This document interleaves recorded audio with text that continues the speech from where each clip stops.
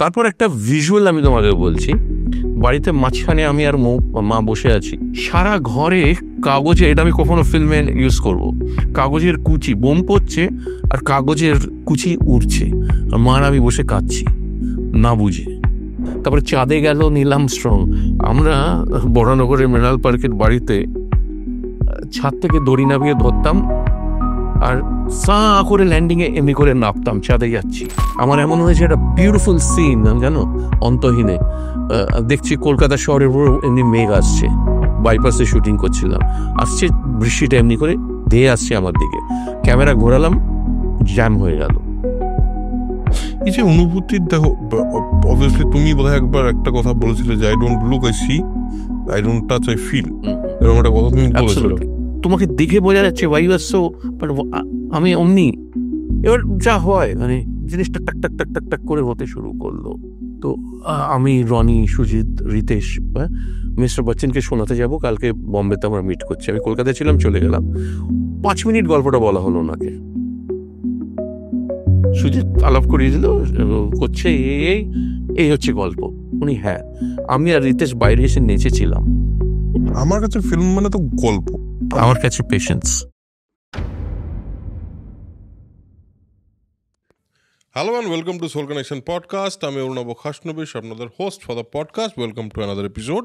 আজকে অনিরুদ্ধ রায়চৌধুরী ছিলেন আমাদের সাথে, এবং একজন ফিল্ম মেকারের সঙ্গে কথা বলতে গেলে একটা জিনিস তো হয়, সেটা হলো একটা আলাদা কানেকশন তো তৈরি হয়। এটা যতগুলো ফিল্ম মেকার এসছে এখানে, যতজন ডিরেক্টর এসছে, প্রায় প্রত্যেকের সঙ্গেই হয়েছে। কারণ কিছুই না, কমন প্রেমিকা, কমন একজন কমন ভালো লাগা, কমন ভালোবাসা, সেটা হলো সিনেমা। সো আজকের এপিসোডে খুব মজা হলো, খুব আনন্দ করে একটা আড্ডা মারলাম অনেক দিন পর। এবং শেষে যেই পার্টটা হয়তো আপনারা মিস করেছেন, সেটা হলো আমরা অনেকটা খাবার নিয়ে গল্প করেছি, বুঝলেন। সেটা পডকাস্টে সামহাও রেকর্ড করে নিয়ে আমরা করেছি গল্পটা, বাট এরপরেও কোনো দিন হয়তো কোনো আড্ডায় আমরা খাবার নিয়ে আরও কথা বলবো। বাট হ্যাঁ, আজকে টনিদার সঙ্গে যেটা হলো সেটা হলো একটা অদ্ভুত বন্ডিং তৈরি হলো থ্রু দিস পডকাস্ট। সো আজকের এপিসোডে আমাদের সঙ্গে Aniruddha Roychowdhury. Sit back, relax and enjoy the podcast.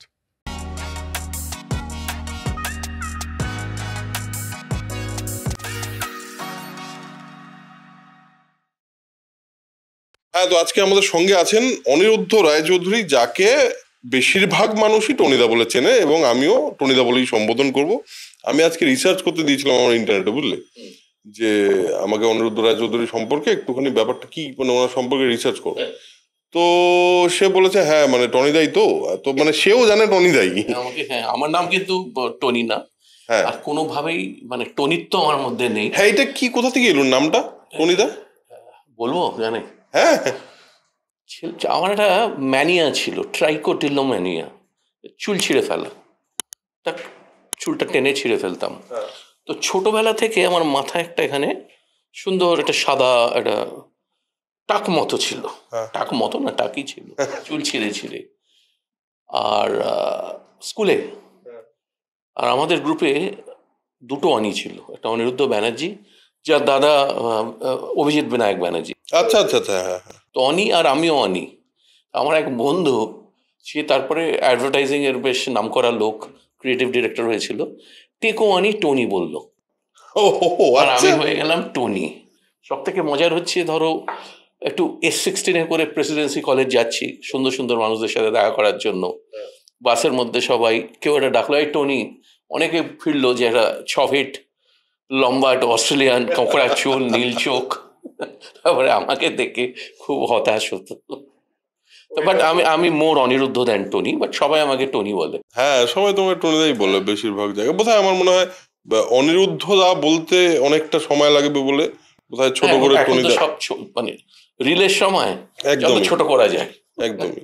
এই তোমার শুরুই করলে তুমি ছোটবেলা থেকে। আমি ছোটবেলা সম্পর্কে একটু জিজ্ঞেস করি, তোমার ছোটবেলাটা কোথায় কেটেছে, কিভাবে কেটেছে, এবং ছোটবেলা থেকে কি কি জিনিস তোমার লাইফে, কি কি জিনিস তোমায় খুব এফেক্ট করতে করতে গেছে? কারণ প্রত্যেকটা মানুষেরই ছোটবেলা আমার মনে হয় খুব ভেরি ইম্পর্টেন্ট। দেখো, ছোটবেলা আমার কেটেছে আসানসোলে, বিটি রোডে। আমার বাবা কলিয়ারিতে কাজ করতেন, তো আমাদের আসানসোলে একটা বাড়ি ছিল, আর তার 1.5 তলায় একটা রেডিও রিপেয়ারিংয়ের একটা দোকান ছিল। আচ্ছা।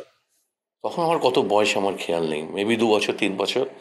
আর আমার মানে আমি ধরো 4-5 বছর থেকে দাবা খেলতে শিখেছি, জানি না অনেক কিছু। আর আমার সব বড় বুড়ো বয়স্ক মানুষের সাথে বেশি আলাপ ছিল। ওই রেডিওর আমার প্রথম প্রেম তুমি যদি বলতে পারো, ওই রেডিও, ভদ্রলোকের নামটা কি, এস দিয়ে ভুলে গেলাম। তার ওখানে রেডিও একটা কথা হলো, ফ্যাসিনেটিং লাগতো অ্যাজ অ্যান ইনস্ট্রুমেন্ট, আওয়াজ। আর আমার মনে হতো ওর ভেতরে কিছু একটা আছে, আমাকে ওর ভেতরে ঢুকতে হবে। আচ্ছা। হ্যাঁ, দ্য গ্ল্যামার অফ রেডিও সাউন্ডটা, আর তার গান, তার একটা কথা আসছে, হ্যাঁ কিছু, মানে ওটা আমাকে ফ্যাসিনেট করতো, কিন্তু বুঝতাম না কিছু। ছোটবেলাটা ওখানে কেটেছে। তারপর দুটো ডেঞ্জারাস জায়গায় কেটেছে। পুরো নকশাল তখন আন্দোলন তুঙ্গে, 70s, 71, 72, 69, 70s কথাই বলছি, শুরুর দিকটা। আমি থাকতাম পশ্চিম পুটিয়ারি, সেটা হচ্ছে আমাদের বাড়ি, বাবার বাড়ি। আমার বাবারা সবাই ওপার বাংলার মানুষ, এপার বাংলায় চলে এসেছিলেন। আর থাকতাম বরানগরে। আচ্ছা, বড়নগর কি মামা বাড়ি? মামা বাড়ি। আচ্ছা। এই দুটো জায়গা মিলিয়ে থাকতাম। আর দুটো জায়গায় আমার অভিজ্ঞতা ছেলেবেলা খুব ভায়োলেন্ট, ভীষণ ভায়োলেন্ট। আমার সামনে আমার বাবার পেটে রিভলভার ধরা হয়েছিল। তারপর আমাদের একটা, মানে আমাদের বাড়িটা, যেহেতু ওরা পূর্ববঙ্গ থেকে এসেছিলেন, পুকুর আছে, জাম গাছ, আম গাছ, অনেকটা জমি, একটা বড় বড় ঘর, মানে পুরো একটা গ্রামের বাড়ির মতো। এবার আমাদের ছেলেবেলা কিন্তু ইলেকট্রিসিটি ছিল না, হারিকেনে আমরা পড়াশোনা করেছি, কিংবা সব চলেছি। বাড়ির থেকে অনেক দূরে টয়লেট ছিল, মানে ইট ওয়াজ অ্যাবসলিউটলি লাইক আ গ্রাম। আর একটা বাবার সাথে মতবিরোধ হয়, একটা বুড়ো মানুষকে মারছিল, তো বাবা গিয়ে এক চড় মারলো। সেই লোকগুলো যারা মারছিল, তারা আমাদের বাড়িতে সকালে এসে ডিমের মামলেট বলা হতো, মামলেট আর টোস্ট খেতে আসতো। সে বললো, অসীমদা আমাদের ইয়ে করবেন না, যাও। বাবা রেগে গিয়ে এক চড় মারলো, সে পড়ে গেল। তারপর আমার মনে আছে বাবার পেটে রিভলভার। আমার ছোটোবেলা, আমার চোখের সামনে, আমরা তখন কুদঘাটে বেতালের বই কিনতে যাচ্ছিলাম, শুক্তারা বেতালের বই, ছেলেবেলা হতো না, কমিক্স গুলো।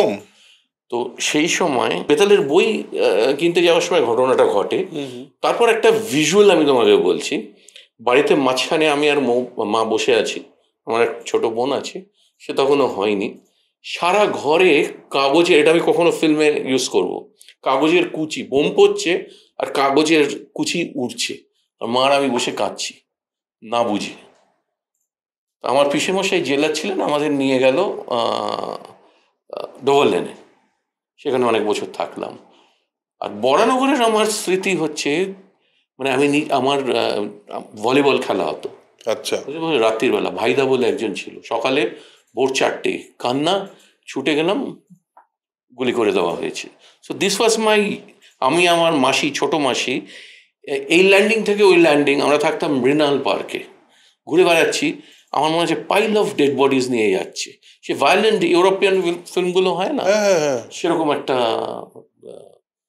আর অনেক গল্প। তারপরে হচ্ছে মুক্তিযুদ্ধ, বাবা অ্যাক্টিভলি ইনভলভ ছিলেন, ওখান থেকে একজন আসতেন, সে আমার বলতে পারো জেসাস ক্রাইস্ট ইন লাইফ, আজাদদা, শর্ট, কটা চোখ, কোকড়া চুল। সে আমাকে দাবা খেলা শিখিয়েছিল। তারপরে সে আমাকে কবিতা বলা শিখিয়েছিল। মানে অদ্ভুত একটা, মানে পরে অনেক পরে দেখেছিলাম জেসাস ক্রাইস্ট সুপারস্টার, তার মতো দেখতে ছিল, অসাধারণ ব্যক্তিত্ব। তো সে ওখানে নিজের ফ্যামিলিকে মেরে দিতে হয়েছিল তাকে, তাই সে একদম ভেজিটেবল হয়ে গেছিল। 2 বছর ঘুমোয়নি, খাইনি। তো আমার ছোটোবেলাটা মারা গেছিলেন। তো ছোটোবেলাটা অদ্ভুত ছোটোবেলা কেটেছে, কিন্তু এই রেডিও আর সিনেমার পর্দা আমাকে পাগলের মতো টানতো। সেটা কি একটা তোমার, মানে এই সমস্ত রিয়েলিটিটা থেকে ওইটা কি তোমাকে রিলিফটা দিত? আই ডোন্ট নো, সেটার ব্যাখ্যা করার মতো জায়গা ছিল সেই সময় তো ছিল না, আমি জানি না। কিন্তু আমার মনে হচ্ছে ক্লাস 4-এ দোয়ান জেনে আমি আমার মামিমাকে বরানগরে অনন্যা বলে একটা সিনেমা হল আছে, নিয়ে গেলাম। তো মামি আমাকে জিজ্ঞেস করলো, তুই এসব ছবি কি বোঝোস? আমি কিন্তু, আমার স্পষ্ট মনে আছে এক্সট্রা ম্যারিটাল লোভ, মানুষ যে একটু সরে যায়। আমার ছবিতে এসেছে কিন্তু এটা, অনুরণনে একটু এসেছে, তোমার অপরাজিতা, তো এই যে ক্ষয় হয়, আমি তখন বুঝতে পেরেছিলাম। কিভাবে কি আমি জানি না, মানে অ্যাটমসফিয়ার তো তোমাকে ইনফরমেশন দিয়ে দেয়, মানুষের মন গড়ে দেয়। সো ইন্টারেস্টিং, মানে ছোটোবেলাটা খুব আবার দারুণ মজায় কেটেছে। পিসির বাড়িতে চিংড়ির মালাইকারি খা, ইচার মোড়া খা, পায়েস খা, মামা বাড়িতে পাড়ার লোকেরা আনন্দ ডাকতো, এসেছে নেমন্তন্ন কর, লুচি। হ্যাঁ, আমাকে নেমন্তন্ন করেনি, আমার বন্ধু দলা পাকিয়ে খাবার নিয়ে তোর জন্য একটু নিয়ে এলাম। মানে I had a beautiful time. It was difficult, it was beautiful, it was lovely, it was nasty, but it was real. তো ইট ওয়াজ ভেরি রিয়েল। মানে আচ্ছা, মানে সিনেমা সেই সময় তোমাকে সেই সময় থেকে টানছে? শোনো, পাগলের মতো অ্যাট্রাক্ট করতো। আচ্ছা, পাগলের মতো। আমরা বরানগরে শাড়ি লাগিয়ে সেখানে 16mm এনে, আমি এটা বলছি, আমি তখন ক্লাস 4, 5, 6। আমার এক বন্ধু বলে তোর বয়স 900 বছর, বাট এটা সত্যি বলছি, মানে কোনো রকম এটা অতিরঞ্জিত কিছু নেই। আমরা হতো, ছবি দেখতাম, বুঝতে পেরেছো? কোথা থেকে কি আনা হতো, কে আনতো, বাবুইদা বলে একজন ছিল, এবং চিপস চিপস চিপস 10 পয়সা করে সবাই দিতাম। এবার আমরা মানে পাগলের মতো ওই ম্যালিনা বলছি, সিনেমা প্যারাদিসও মনে পড়ে যাচ্ছে, আমরা ল্যান্ডিংয়ে, তারপরে চাঁদে গেল নীল আর্মস্ট্রং। আমরা বরানগরের মৃণাল পার্কের বাড়িতে ছাদ থেকে দড়ি নামিয়ে ধরতাম, আর করে ল্যান্ডিংয়ে এমনি করে নামতাম, চাঁদে যাচ্ছি। এবার মজাটা হলো, সামনে ছিল তোমার ওই কাঁচ, ভুলভাল হলে কাঁচ বেরিয়ে মরে যেতাম, তো বেরিয়ে যেতাম, এসব করেছি। তারপরে আমাদের বাড়িতে মাঝামাঝি শাড়ি দিয়ে আমরা যাত্রাপালা, কি বলে, বালতি বাজিয়েছি, পেয়েছি। তারপর ছোটবেলা পশ্চিমপুরিতে বসে কোনো মহিলা গেলেই, আমি একটা সার্কাস কোম্পানি, তখন সার্কাস দেখে অভিভূত হয়ে গেছি। এই ইম্যাজিনেশনটা তখন কিন্তু, আমরা তো পাকা ছিলাম না, কোনো ইনফরমেশন না ছিল, টিভি না ছিল, সিনেমা মাঝে মধ্যে খুব ছোটবেলা, বর্ন ফ্রি, প্রদীপিসির বর্মি বাক্স, এরকম ছবি সবার সাথে দেখতাম, কোনো আইডিয়া ছিল না। একটা কিছু মাথার মধ্যে ঘুরতো, এই জগৎটা টানতো ভীষণ, তখন টানতো অন্যভাবে, অভিনেতা হব, ভেতরে যাব, এর গভীরতাটা অনেক পরে বুঝলাম। মানে এই যে এই কাজটাই তুমি করবে, বা তুমি যে গল্প বলবে, এই ডিসিশনটা কখন নিলে এবং কেন নিলে? ক্লাস 3, 4। কেন নিলাম আমি জানি না, বাট আই ডিসাইডেড। নিমন্ত্রণ বলে একটা ছবি হয়েছিল, তার কেউ এসেছিল বাবার সাথে দেখা করতে, সুন্দর সুপুরুষ, অ্যাক্টিং করেছিল। তার স্ত্রী খুব গদগদভাবে বলেছিল, ও তো নিমন্ত্রণে আছে, নট আ রেকগনাইজ। আমি ওয়াও, একটা ওয়াও ফ্যাক্টর কাজ করেছিল, একে ধরে যদি, আর মাথায় এসেছিল একে ধরে যদি ওর ভেতরে ঢোকা যায়। সো আই ডিসাইডেড ফ্রম 3, 4, মানে যে এটাই সব, মানে সবচেয়ে বেশি টানছে আমাকে। মানে আমার এই যে বড় হয়ে, আর আমি অ্যাবসলিউটলি ইমপ্র্যাকটিক্যাল ছিলাম। কিরকম ইমপ্র্যাকটিক্যাল বলতে? পড়াশুনো কম করতাম, প্লাস লোকের একটা বয়সের পর থেকে রোজগারের কথা ভাবে, কোনোদিন ভাবিনি। ফিল্ম করব, গল্প লিখতাম, গল্প ভাবতাম, কোনো আইডিয়া ছিল না ফিল্ম কিভাবে করা হয়। অভিনয় করব, কোনো আইডিয়া ছিল না অভিনয় কেন, কিভাবে, কি তোমার শিক্ষা নিতে হবে অভিনয় করতে গেলে। গান বাজনা এসবের মধ্যেই পুরো থাকতাম, মানে প্র্যাকটিক্যাল। আজকে দৈনন্দিন, মানে আমি তোমায় এটা বলছি, আমার 29 বছর অব্দি কোনো রোজগার ছিল না, কোনো রোজগার ছিল না। ইট ওয়াজ নাইটমেয়ার, বাট ভালো লাইফস্টাইল ছিল, কেননা আমার সব বন্ধুরা ভালো বাড়ি থেকে এসেছে, বাবা কিছু টাকা দিত। আমার দিদি, পিস্তত দিদি, আমার নিজের দিদির থেকেও কাছে, তার বাড়িতে থাকতাম। বন্ধু বান্ধব, আমার এক মাস্তো দাদা, তার জামা, তার after shave. So there was a very difficult time. কিন্তু আবার বলছি, it was a very real time, বুঝেছ তো? খুব সত্যি সময় ছিল, মধ্যে দিয়ে কাটিয়েছি।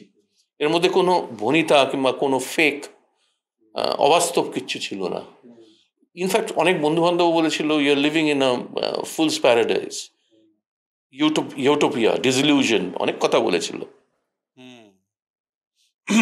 আর তুমি আর যে আমাদের সময় সময় তো কিছু ছিল না, তুমি যে সময়, হ্যাঁ সেটাই আমি আমাদের বলতে সময় চাইছিলাম, কোনো অ্যাভিনিউ ছিল না, তুমি যে সময় এই কথাটা ভেবেছো সেই সময় তো সত্যিই এভিনিউ, কিছু ছিল আমরা না। বরং যেই সময় ভেবেছি তাও তো লোকজন ডিজিটাল চলে এসছে, আসছে আসছে ভাব, সেই সময় ডিজিটাল মানে ইজিয়ার হয়ে গেছে অনেক। দূরদর্শন তো এলো তার অনেক পরে, 80s, মানে তো এইটা একটা দুঃসাহসিক ব্যাপার না যে আমি সিনেমা বানাবো, এই দুঃসাহসটা কি করে, মানে তোমার মানে তুমি কিভাবে এইটা বুঝতে পারছো, বা তুমি কি করে এটা ভাবতে পারছো যে যা খুশি হয়ে যাক আমি সিনেমাটাই বানাবো, এই ভাবনাটা কি করে ভাবতে পারছো? এটা আমি জানি না। তুমি সিনেমা বানাতে গেলে কিন্তু তোমার একটা অ্যাডভেঞ্চারের মন এবং শক্তি থাকতে হবে। সব তো ভেরিয়েবল, তুমি জানো না।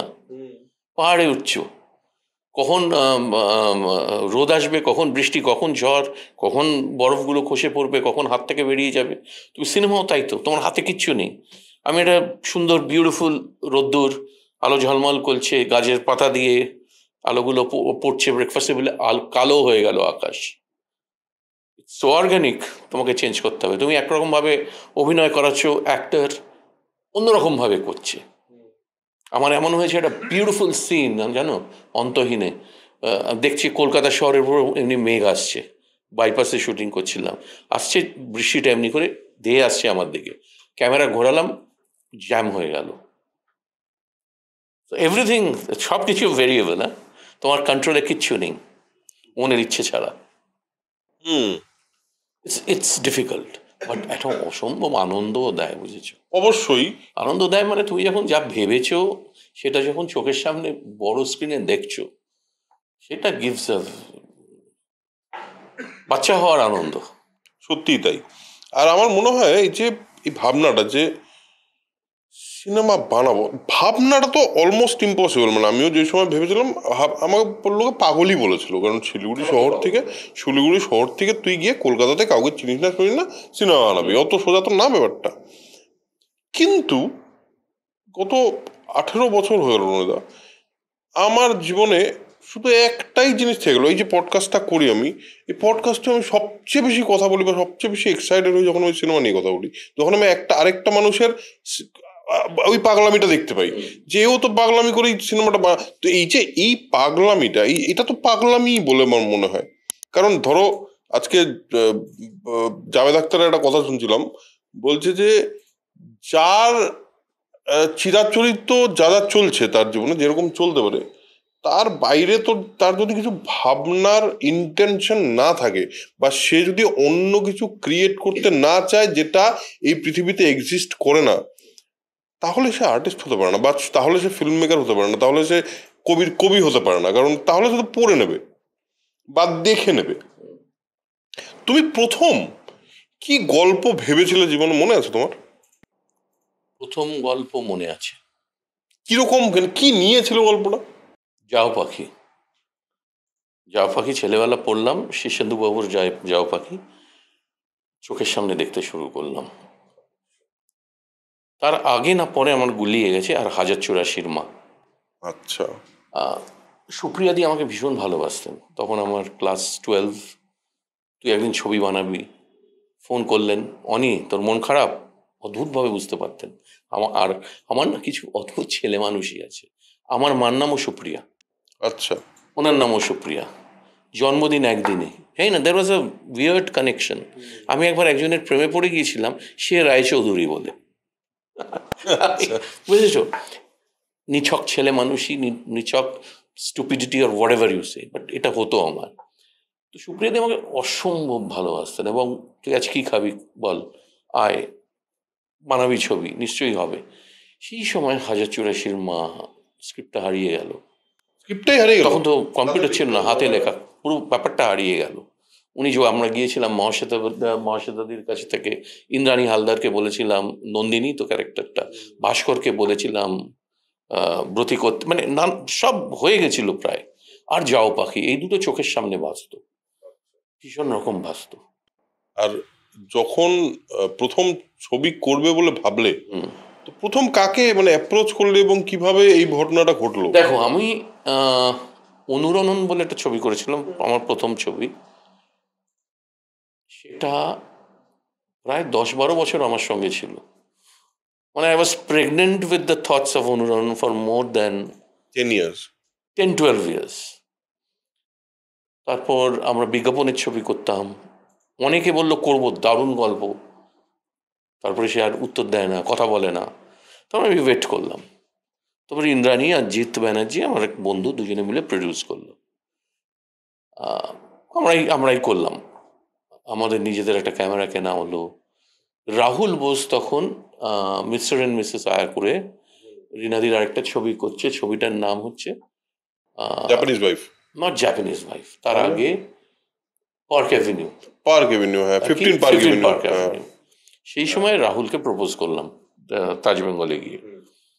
তো ওই ছবি তো রিনাদির অ্যাসিস্ট্যান্ট ছিল হচ্ছে শিবু, আমরা সঞ্জীব বলতাম, সবাই সঞ্জীব দা বলে, আমাকে সঞ্জীব বলেই সম্বোধন করতো। আমার ভীষণ বন্ধু, উনি আর নেই। আমার মোটামুটি প্রথম 3-4টে ছবিতে ও একসাথে ছিল। তো ও নিয়ে গেল রাহুলের কাছে, তো সে করলো। আমার এক বন্ধু একবার সিনেমার সাথে যুক্ত না, একটা কোনো ছবি দেখে বললো তুই একটু রাইমার সাথে কথা বল।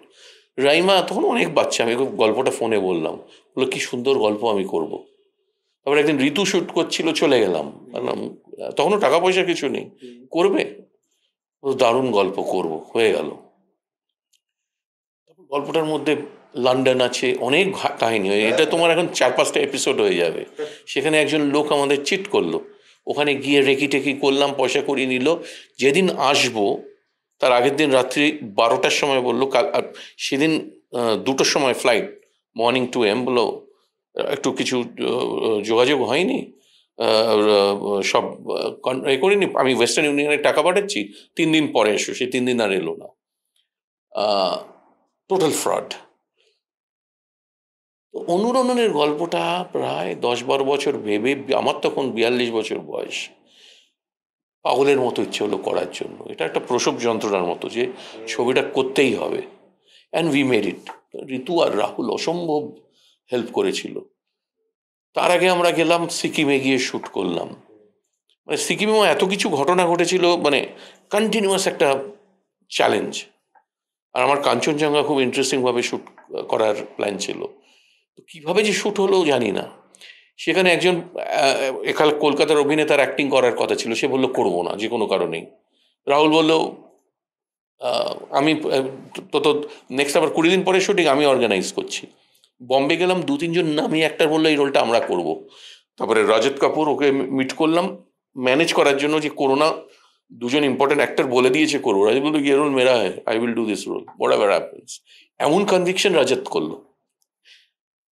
মাঝে মধ্যে আমি অনেককে বলি cinema happens, you can't make it happen, হয়ে যায়, মানে ইটস ইন্টেন্টেড। সন্দেশের নিচে একটা ট্যাগলাইন আছে, আচ্ছা, সেটা লেখাই আছে হলো মুভি হ্যাপেন্স। মুভি হ্যাপেন্স, হ্যাঁ। সিনেমা তৈরি করা যায়, ইন্টেন্টটা ইম্পর্টেন্ট। ইন্টেন্টটা ইম্পর্টেন্ট। এই যে একটা মানুষ যে ধরো তার আগে ছবি করেনি, টেকনিক্যাল একটা বিষয়, তার মধ্যে টেকনিক্যালিটি খুবই ইম্পর্টেন্ট একটা বিষয়, বাট হাউ স্টিল একজন মানুষ একটা গল্প বলে দেয়, এবং অনুরণনের মতো গল্প, অনুরণন একটা তো কি বলবো, একটা তো ইম্পর্টেন্ট সিনেমা হয়ে থেকে গেছে।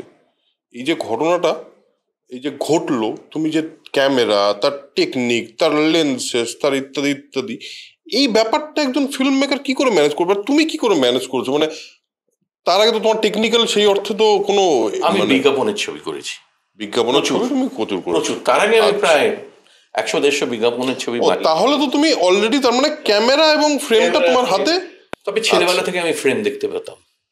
আচ্ছা, আমি চোখ বন্ধ করলে একটা ফ্রেম দেখতে পাই, যে তুমি বসে আছো, মাইকটা এখানে, পেছনে প্যাঁচা, এদিকে আরেকটা জিনিস বেঁকে আছে, এতটা লাইট এসেছে। লাইট আমাকে মানে ফ্যাসিনেট করতো, বুঝেছো? আচ্ছা, গাছের প্যাটার্ন, লাইট, এই যে তুমি বসে আছো, একটা লাইট পেছনে লালাবাইয়ের উপর একটু হালকা একটা রেশ এসেছে, ওইদিকে একটু গ্লো করছে, এই জিনিসটা ছেলেবেলা থেকে দেখতে পেতাম। এটা কিন্তু একটা মজা। আমার এক বন্ধু সতীন্দ্র বলেছিল, তুই ওইটা দেখতে পাস, আমি পাই না। ও হয়তো অন্য কিছু দেখতে পায়, একটা কিছু শুনতে পায়, তো এইটা আমি ভালো মতো দেখতে পাই। আমি তোমার ভেতরটাও দেখতে পাই। That is my job as a film maker.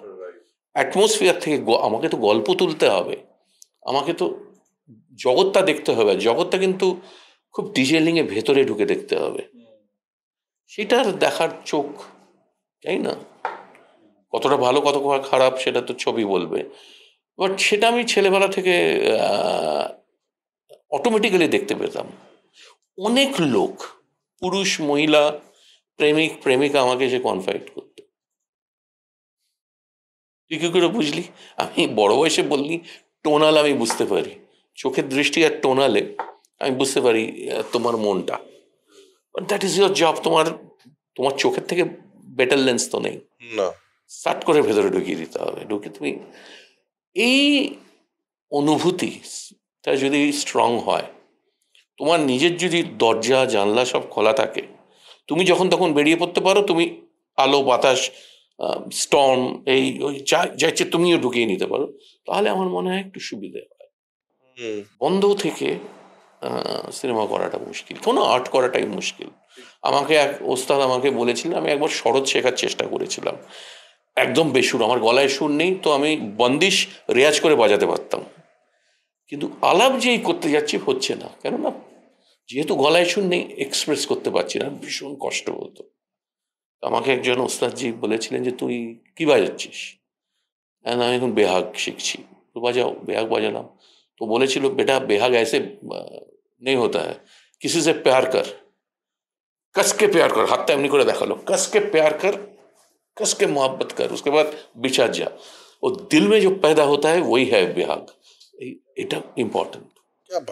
You have two, তোমাকে আর্টিস্টদের সাথে থাকতে হবে, ক্যামেরাম্যানের সাথে থাকতে হবে, ডিওপি তার হাত দিয়ে তো সব হচ্ছে, সিম্বায়োটিক একটা রিলেশনশিপ তৈরি করে নিতে হবে। তো অনুভূতি ইজ ভেরি ইম্পর্টেন্ট। টেকনিক হয়ে যায়, টেকনিক তো হয়ে যায়, কিন্তু মানে যে কোনো বুদ্ধিমান লোক টেকনোলজিকে কন্ট্রোল করে নিতে পারে, কিন্তু অনুভূতি অনুভূতি অনুভূতি যে অনুভূতির, দেখো অবভিয়াসলি তুমি বোধহয় একবার একটা কথা বলেছিলে যে I don't look I see, I don't touch I feel, এরকম একটা কথা তুমি বলেছিলে। I can touch if I don't want to feel, মানে নিছক টাচের জন্য টাচ আমার হয় না। আর এই লুক আর সি, এই দুটোর মধ্যে ডিফারেন্সটা তোমার কাছে কি? মানে লুক আর এই লুক হচ্ছে দেখে চোখটা সরিয়ে দিলাম, দেখে নিলাম, আর সি হচ্ছে গভীরভাবে তাকিয়ে থাকলাম। It should penetrate. এই গভীরতাটা খুব ইম্পর্টেন্ট। এই যে অনুভূতির কথা বললে, অনুভূতির তার মানে প্রত্যেকটা অনুভূতি, আমার তো তাই বিশ্বাস যে প্রত্যেকটা অনুভূতি আমাদেরকে, বা যে কেউ যদি আর্ট প্র্যাকটিস করতে যায় তাহলে তার সেই অনুভূতির প্রবেশাধিকার তার জীবনে বেশি। সে সেই অনুভূতিকে দিয়ে দিচ্ছে জায়গা, তুমি এসো আমার কাছে, তো আই ক্যান হ্যান্ডেল ইউ। এটা মানুষ হিসাবে মনের জায়গা থেকে প্রাথমিকভাবে আমাকে একটা জিনিস করেছিল। আমার কষ্টটাও প্রচণ্ড হতো, আনন্দটাও প্রচণ্ড হতো, আমার ঈর্ষা হলেও প্রচণ্ড হতো, আর কিছুতেই আমি ব্যাপারটাকে কন্ট্রোলে রাখতে পারতাম না। তোমার ক্ষেত্রে এটা কিভাবে, how did you handle? I can't handle. আজকেই ইন্দ্রাণী আমাকে বললেন, মানে তোমাকে দেখে বোঝা যাচ্ছে why you are so, but আমি অমনি। আনন্দ হলে সাংঘাতিক আনন্দ হয়, মানে সেটা অনেক সময় মানে দেখো ব্যবসায়িক জায়গায় তুমি যদি তোমার ইমোশনটা পুরো এক্সপ্রেস করে দাও, আমি একটা বাড়ি কিনতে গেছি কিংবা ভাড়া নিতে গেছি, কি দারুণ, কি একটা পেন্টিং দেখতে গেছি, দারুণ, এমন করতে থাকি দামটা বেড়ে যাবে, আমাকে পাশ থেকে ব্রোকার দাম মাত করিয়ে, কি করবো, আমার তো ভালো লাগছে। দুঃখ হলে পুরো বোঝা যায় দুঃখ। হ্যাঁ, মানে কাউকে ভাল লেগে গেছে, সে পাত্তা দিচ্ছে না, আমার মুখটা লং ফেস হয়ে মানে মাটিতে চলে যায়, কি করবো, আর বড় বয়সে কি হবে। হ্যাঁ, বাট এটা খুব, মানে এটাকে হ্যান্ডেল করতেই হয় আর কি। আমি খুব একটা করি না, কি হ্যান্ডেল করবো। শোনো, তোমার খারাপ লাগলে খারাপ লাগাটা এনজয় করো। আমার কান্না পায়, আমি কাঁদি তো, আমি চোখ দিয়ে ঝরঝর করে, I am a strong man, মানে আমি জানি না তুমি আমার সম্বন্ধে জানো কেন, আমি নিজের মতো কাজ করি, আমি আমার টার্মসে কাজ করি, অল্পেতে খুশি থাকি। আমার যদি কান্না পায় আমি কাঁদি, আমি যদি কাউকে দরকার হয়, আমি ডেসপারেট হয়ে তাকে 4-4বার ফোন করি, সে কে আই ডোন্ট মাইন্ড, সে কে জানি না, তাকে ফোন করি, এসো আমার সাথে বসো।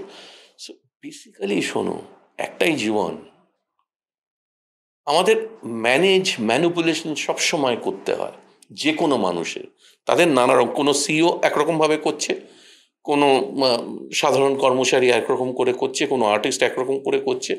যতটা সঠিকভাবে থাকা যায়, যতটা স্বচ্ছ এবং সততা, মানে কি, সততা কথাটা ঠিক না, ফেক না হয়ে থাকে, যে অথেন্টিক, ফেক না। আমি এমনি, টনি ক্যাবলা, ক্যাবলা তো ক্যাবলা, আয় না তো যা। টনি বোকা, বোকা তো বোকা, আয়। আমি বোঝা যাচ্ছি। আরও ভালো, ভালো তো ভালো। আমি যা, আমি তোমাকে তাই প্রজেক্ট করব। আমি ইন্টেলেকচুয়াল না। দাঁড়িয়ে ইপসন এসব বলে কথা বলতে বলতে চলে গেলাম। দেখেছি তো তার নাটক, দেখেছি, ভাল লেগেছে। বাট আমি যা, আমি তা, আমার মতো করে আমি জিনিসকে গ্রহণ করি, আমার মতো করে সেই জিনিসটাকে আমি তোমাকে ব্যক্ত করব। সিম্পলিস্টিক না, সিম্পল ব্যাপারটা আমাকে খুব কাছে টানে। মেলোডি, ছন্দ, লয় আমার কাছে খুব ইম্পর্টেন্ট। আমাদের জীবনের মধ্যেও তা আছে। আমি জানি না কেন এই কথাগুলো তুমি জিজ্ঞেস করেছো কিনা, এই প্রসঙ্গটা অটোমেটিক্যালি চলে এলো। একেবারেই তাই, এটাই আমি জানি। ছন্দটা ইজ ভেরি ইম্পর্টেন্ট জীবনের, সুরটা ইজ ভেরি ইম্পর্টেন্ট। শুধু মিউজিকে ইম্পর্টেন্ট না, জীবনেও সেটা ইম্পর্টেন্ট। সেই সুরটা বেসুরোভাবে তুমি যদি লাগাও, গেল। রিদমটার মধ্যে যদি লয়টা চলে যায়, মজাটাই নষ্ট হয়ে যায়। কি মিস করে বলো তো বেশ কিছু মানুষ, যারা ধরো আমি দেখি অনেকেই, তুমি তো অনেকটা এক্সপিরিয়েন্স তোমার, এবং আমার বিশ্বাস যে তুমি যেভাবে জীবনটাকে দেখেছো, তুমি এতটুকু শুনে যা বুঝলাম, তাতে তুমি জীবনটাকে অনেক বেশি ফিল করেছো। আমি দেখেছি, প্রচুর দেখেছি। এবং এই যে কিছু মানুষ আছে যারা ধরো চেষ্টা করে যে আমি এইটা করব, পার্টিকুলারলি ধরো আমি আমার জীবনে দেখেছি এরকম বেশ কিছু ফিল্ম মেকার্স যারা ভেবেছে তারা সিনেমা বানাবে, কিন্তু একটা পয়েন্টে গিয়ে তারা সেই টা থেকে আর বেরিয়ে গেছে, হচ্ছে না বলে সরে গেছে। কোনো রকমে কোনো একটা ছবি বানিয়েছে, হয়তো সেটা ওয়ার্ক করেনি, দেন দে কুইট। এই ডিফারেন্সটা কি হয়ে যায় বলতো, মানে ওয়্যার ইট গেটস ডিফারেন্ট, যে একটা মানুষ কন্টিনিউয়াসলি লেগে থাকতে পারে আর ওটাই করে যেতে পারে, আর একটা মানুষ পারে না। ফিল্মের সিনোনিম হচ্ছে, বলো, তুমি বলো, এ প্রশ্নটা তোমায় করি। ফিল্মের সিনোনিম আমার কাছে ফিল্ম মানে তো গল্প, আমার কাছে পেশেন্স। আচ্ছা, এটা তো একটা লাকের ব্যাপার, সবাই চেষ্টা করে।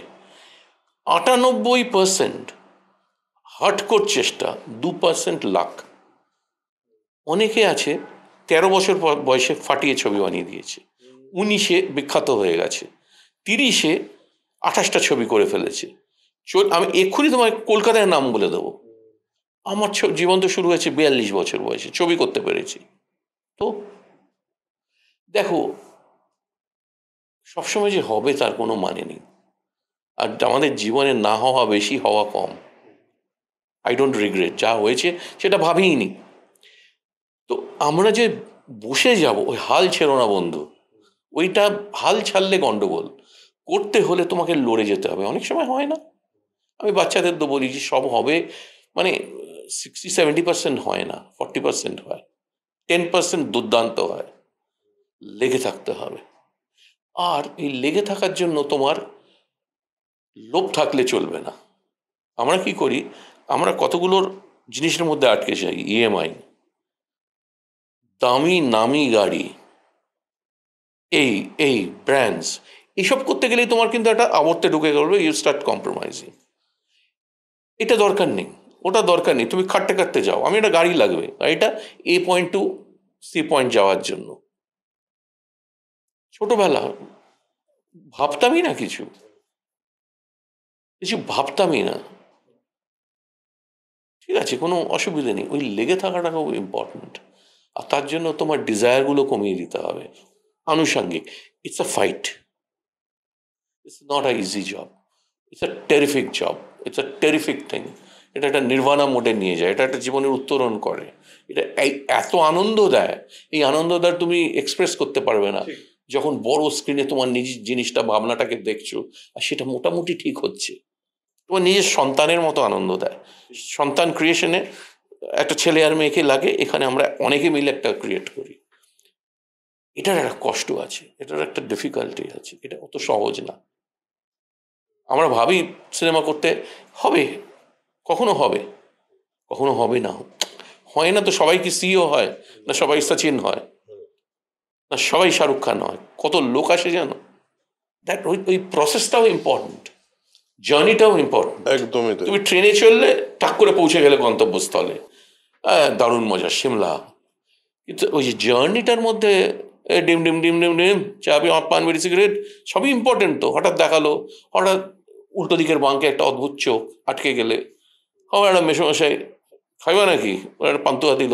Everything is part of your life, enjoy every moment. Correct. এটা আমি রিসেন্টলি বোধহয় একটা পডকাস্টেই বলছিলাম এই কথাটা, যে এনজয় দ্য জার্নি, কারণ সেটা খুব ইম্পর্টেন্ট। আরেকটা জিনিস আমার মনে হয় টমেদা, মানে আমি জানতে চাইবো তোমার মতামতটাও কি। আমার মনে হয় না সিনেমা প্রেমিকার মতো, যদি প্রেমটা ওই লেভেলে না হয় হবে না, তাহলে হবে না। আমার তো ওই আর্জ না হলে আমি স্ক্রিপ্টে হাত দিতে পারি না। If I don't fall in love I can touch. Trust me, honestly বলছি, I have to fall in love. Desperate প্রেম, পাগলের মতো প্রেম, বলতেই হবে। এটা কষ্ট, একটা শারীরিক কষ্ট, একটা ডিসকমফর্ট। তুমি দেখবে তুমি সাংঘাতিক প্রেমে পড়লে, তার হাত না ধরলে, তাকে জড়িয়ে না ধরলে তোমার শরীরে মনে কষ্ট হয়, ছটফট করবে, ফিজিক্যাল ডিসকমফর্ট।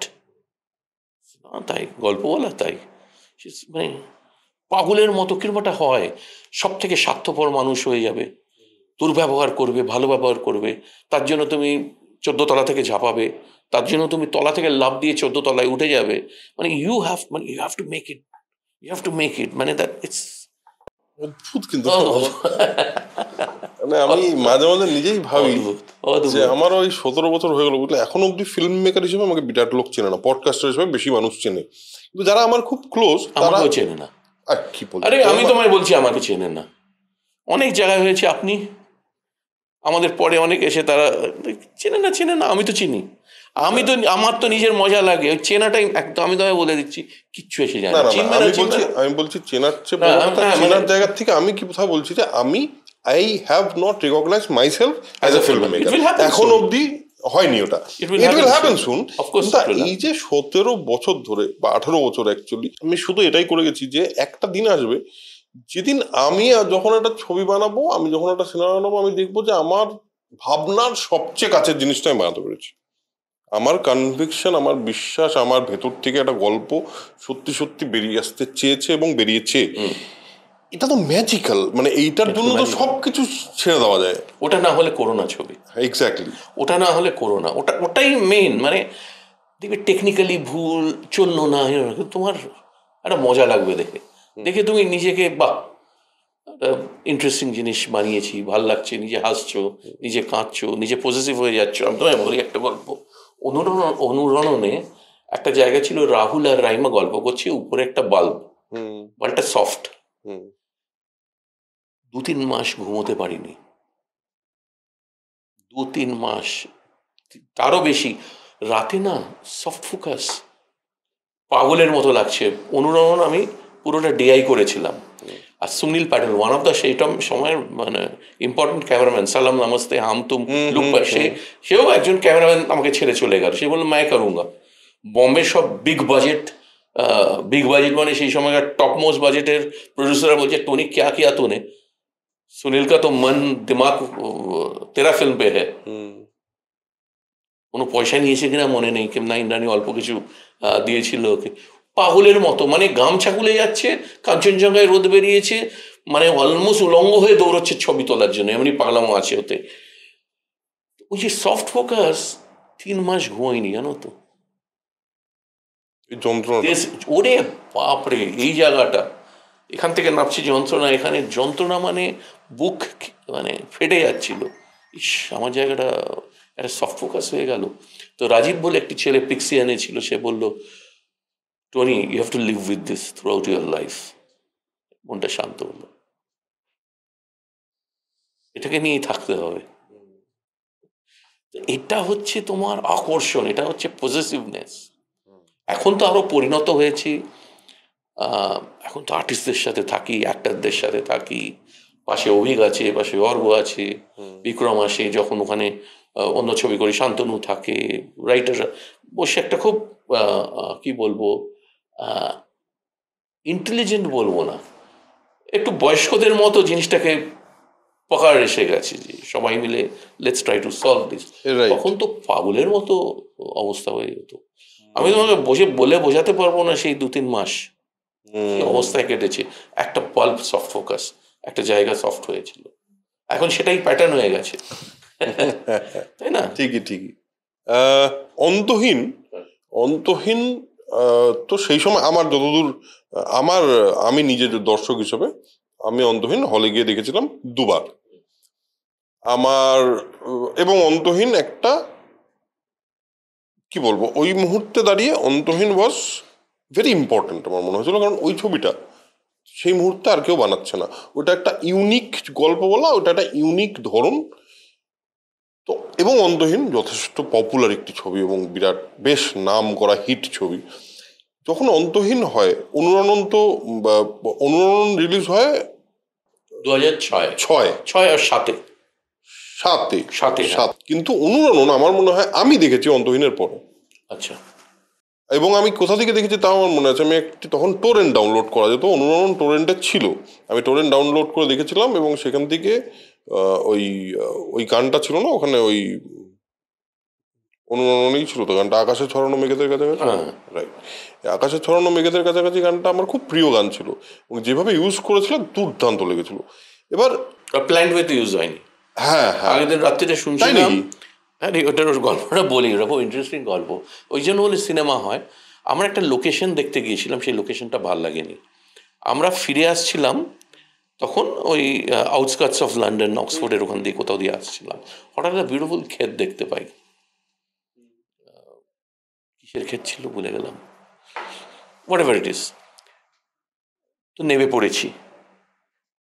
পড়েছি এবং তার আগে আমার একটা ল্যাপটপ ছিল। তার আগের দিন আমি রাত্রিরে গান শুনি, একটা মানে 1 রাগ a day or few songs a day keep your worries away, লোকে বলে না মানে Apple a day keep doctors away, আমার কনসেপ্টে তাই। ওই গানটা শুনছিলাম, আমি ঋতুকে গানটা চালালাম, ঋতু তুমি এটা গাও তো। এবং আমি দেখছি যে আকাশ দিয়ে মেঘগুলো সরে যাচ্ছে, ক্ষেতের ওপর দিয়ে আলোগুলো সরে যাচ্ছে, ক্যামেরা চলো 3 জনে ডায়লগ ওখানে তৈরি করে নেওয়া হলো। এবং ওখানে গানটা ঋতু শুনে ঋতু গাইলো, পরে সেটা ম্যাচ করে গিয়েছে ডাবে। হ্যাঁ, পুরো উল্টো জিনিস হয়েছে, প্ল্যান ছিল না। কিন্তু কি সুন্দর মনিদার স্ত্রীকে ফোন করলাম, উনি বললেন হ্যাঁ আমি দিব্যবাবুর সাথে কথা বলিয়ে দিচ্ছি, they was kind enough to allow to keep that song. এটা হয়ে গেছে, এটাই তো সিনেমার ম্যাজিক। হ্যাঁ, এবং কি ইম্পর্টেন্ট মোমেন্ট ওটা ছবিটার, ভীষণ ইম্পর্টেন্ট মোমেন্ট, আর তৈরি হয়ে গেল। তো কি প্রসঙ্গে তুমি আমি জিজ্ঞেস করলাম যে অন্তহীন হওয়ার পর, অন্তহীন তো মানে অনুরণনের পরে তুমি কিরকম রিয়াকশন পেলে বা রেসপন্স পেলে, অন্তহীনের পরে সেটা কি দাঁড়ালো? না, অনুরণন আমি সাংঘাতিক রিয়াকশন পেয়েছিলাম। দাদুল আমাকে বলেছিল তোর থেকে 1000 টাকা করে নেবো। আমি গিয়ে না এমনি করে দাঁড়িয়ে দর্শকের মুখ দেখতাম। দর্শক যে মানে কাঞ্চনজঙ্ঘা একটা আলো হচ্ছে, কতগুলো লোক অমনি করছে, হ্যাঁ, মন খারাপ হয়ে গেল রাউদের। মানে গ্রামের ভদ্রমহিলারা আমাকে এসে বলেছেন অনিরুদ্ধবাবু আমাদের শিরা উপশিরায় অনুরণন। এই যে একটা মানুষ আর একটা মানুষের সঙ্গে কোনো ট্যাগ ছাড়া, আমি প্রেমিকা না, আমি সেক্স চাই না, আমি প্রেমিক না, আমি বিয়ে করতে চাই না, এটা ভাল লাগলো চলে গেল, এটা তো হতেই পারে, পাহাড় দেখতে, ওটা মানুষকে নাড়া দিয়েছিল খুব। তো দ্যাট আই রিয়েলি এনজয়। আর অন্তহীনের কৃতিত্ব শ্যামল সেনগুপ্তরও, উনিও ফিল্ম মেকার। তো আমরা বসে একটা গল্প আমার মাথায় এসেছিল, মানে রিয়েল গল্প। তখন সবে ইমেলে চ্যাট হচ্ছে, বুঝতে পেরেছি, আমার সাথে একজনের বন্ধু হয়ে গেল, বন্ধুত্ব ইমেলে, সাংঘাতিক ক্লোজ হয়ে গেছিলাম। এটার মধ্যে আমি একটা যে আধুনিক প্রযুক্তি কিভাবে মানুষের ভেতর ঢুকে যাচ্ছে এবং তার থ্রুতে যে ইমোশনটা এদিক থেকে ওদিক যাচ্ছে। আমি বলছি আমার এক খুব ক্লোজ ক্লায়েন্ট, সে আমার জিগড়ি দোস্ত হয়ে গেছে, সে থাকে বাংলাদেশে। আমরা একটা ফিল্ম দেখছিলাম, হিন্দি ছবি, তাতে একটা গানের সিকোয়েন্সে সে বউকে ফোনটা এমনি করে বসেছিল হলে। ইট মুভড মি।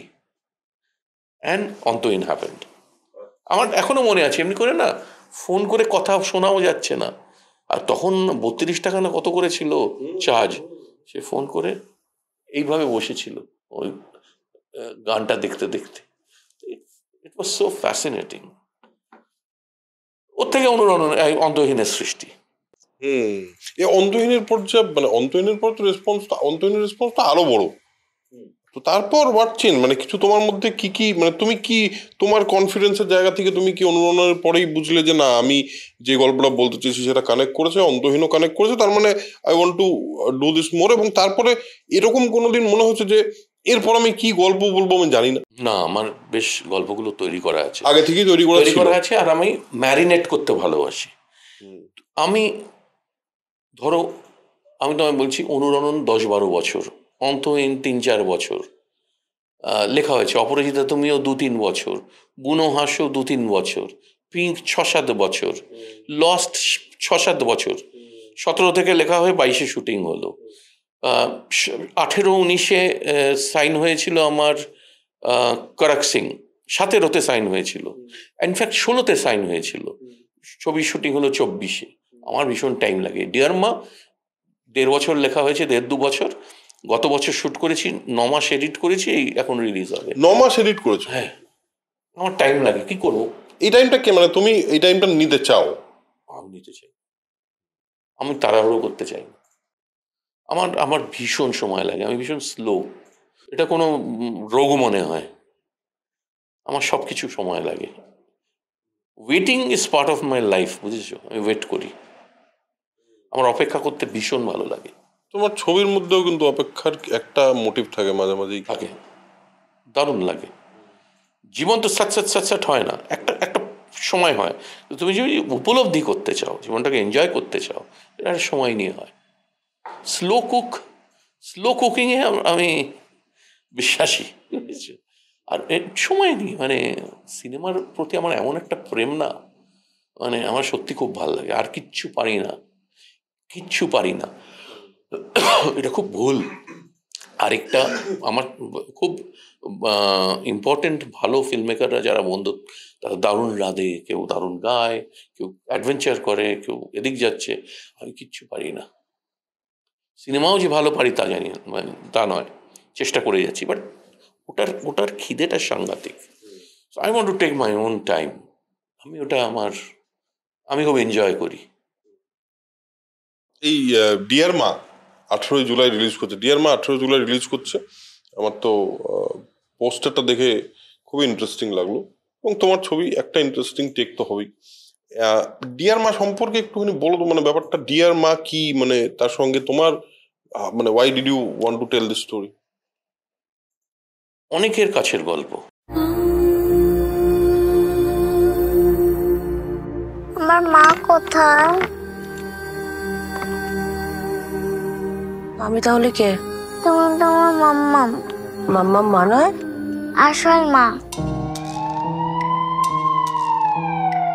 আমার মেয়ের সোহিনী মিত্র, ডাকনাম ঝিমলি, ও আজ দুপুর থেকে বাড়ি ফেরেনি। এত বেশি কথা বলো কেন?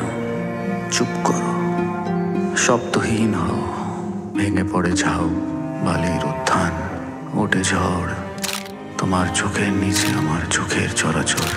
Honestly, I think both of you have a very strong relationship. So, what's bothering you? একজন বাচ্চা চায়, অন্যজন চায় না।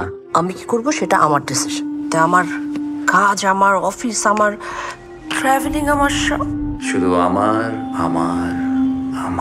পুলিশ স্কুলে গিয়ে অ্যাটেন্ডেন্স রেজিস্টার চেক করেছে, আপনার মেয়ে আজকে স্কুলে যায়নি।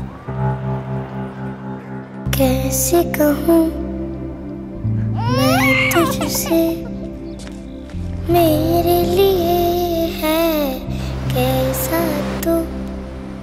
সোহিনী কখন বাড়ি ফিরতো? ও তো দুপুরেই ফিরে আসতো। বয়ফ্রেন্ড ছিল কি? কার বাড়ি, কি রক্ত আপনারা জানতেন না? বাচ্চাটা অ্যাডপ্টেড। তো 6 থেকে 10 মার্চ আপনি কোথায় ছিলেন? আমরা চেস ক্লাবে গিয়েছিলাম। চেস ক্লাবে কি বললো? তুই কি স্কুল থেকে এলি? মামা ড্রপ করে দিয়ে গেছে। তোর মা ঝিমলি আন্টিকে মাম্মাম বলে ডাকে, মা বলে ডাকে না তো? আমরা তো ঝুট বলেছি পুলিশকে। মানে তুমি যে বললে সব ঠিক ছিল, বাড়িতে কোনো অশান্তি হয়নি। তোমার মনে আছে ঝিমলি আমাকে কে বলেছিল? তুমি তো মাকে চেনো না। Why are you being judgmental? আমি নাকি জাজমেন্টাল? কে Ahana Nair? I found her. কি উদ্দেশ্য কি? আমিও তোর বয়সে প্রথম পড়েছিলাম, নিজেকে জনেতন ভাবতাম। You wanted to fly. আজ চেস ক্লাব যাওয়ার নাম করে তুমি মহিলার সঙ্গে দেখা করতে গেছিলে। ওই মহিলা বলছো কেন? আমার মা। তোমার মা? কুচবি মাত। এই অহনা নায়ারটিকে ঝিমলির সঙ্গে তার মায়ের যোগাযোগ ছিল সেটা আপনি জানতেন।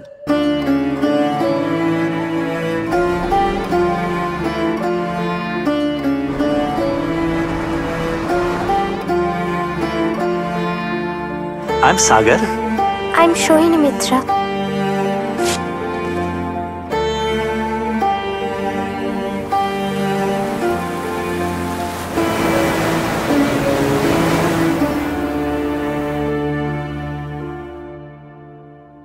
আমি ঝিমলির মা, পিরিয়ড। আমি তোমাকে ভালোবাসি না, আমি আমার মায়ের কাছে যেতে চাই। बारिश जैसी इस दुनिया में छतरी जैसी माँ, जिसमें बंधे हो दुख सुख ऐसी गठरी जैसी माँ।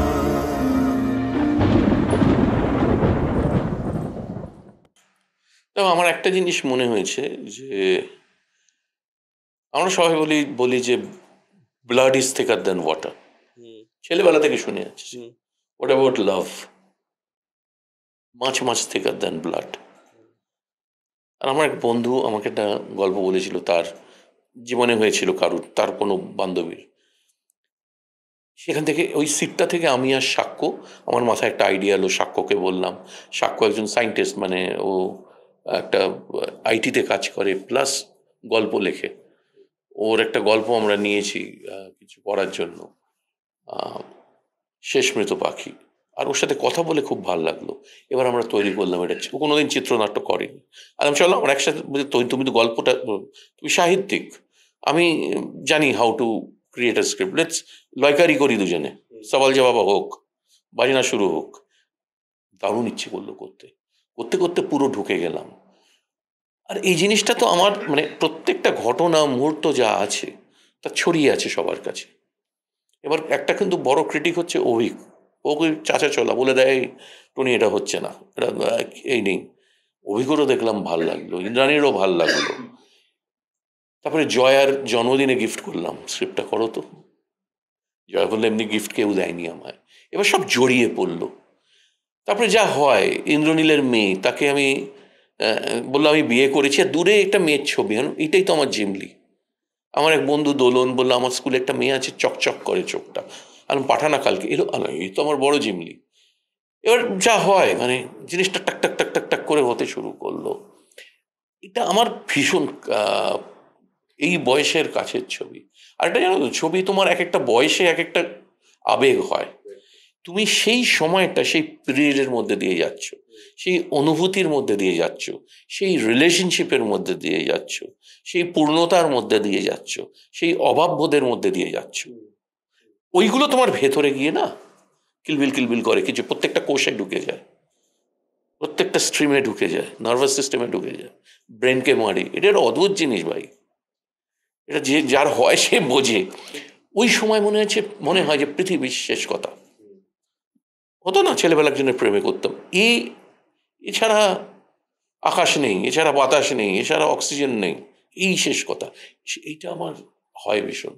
সেই মুহূর্তে ওই গল্পটার জন্য পাগল হয়ে যাই, আমি পাগল হয়ে যাই। আর আমি ভীষণ লাকি, এবং ওপরওয়ালার কাছেও আমি এই লোকজন বিশ্বাসও করে।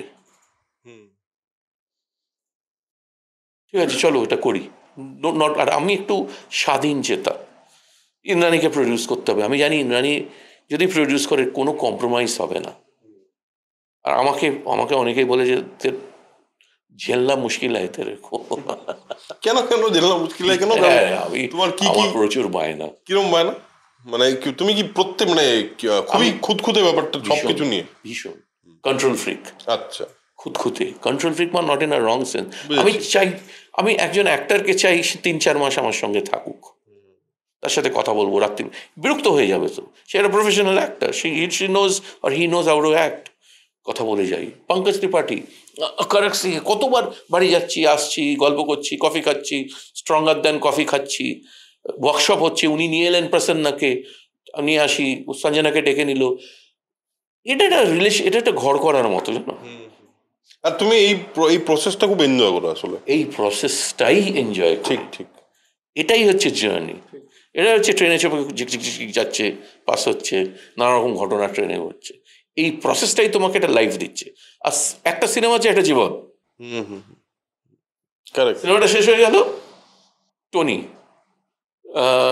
2024, 2026 আর 2023, 19শে অগস্ট 2000, এইটা একটা জীবন।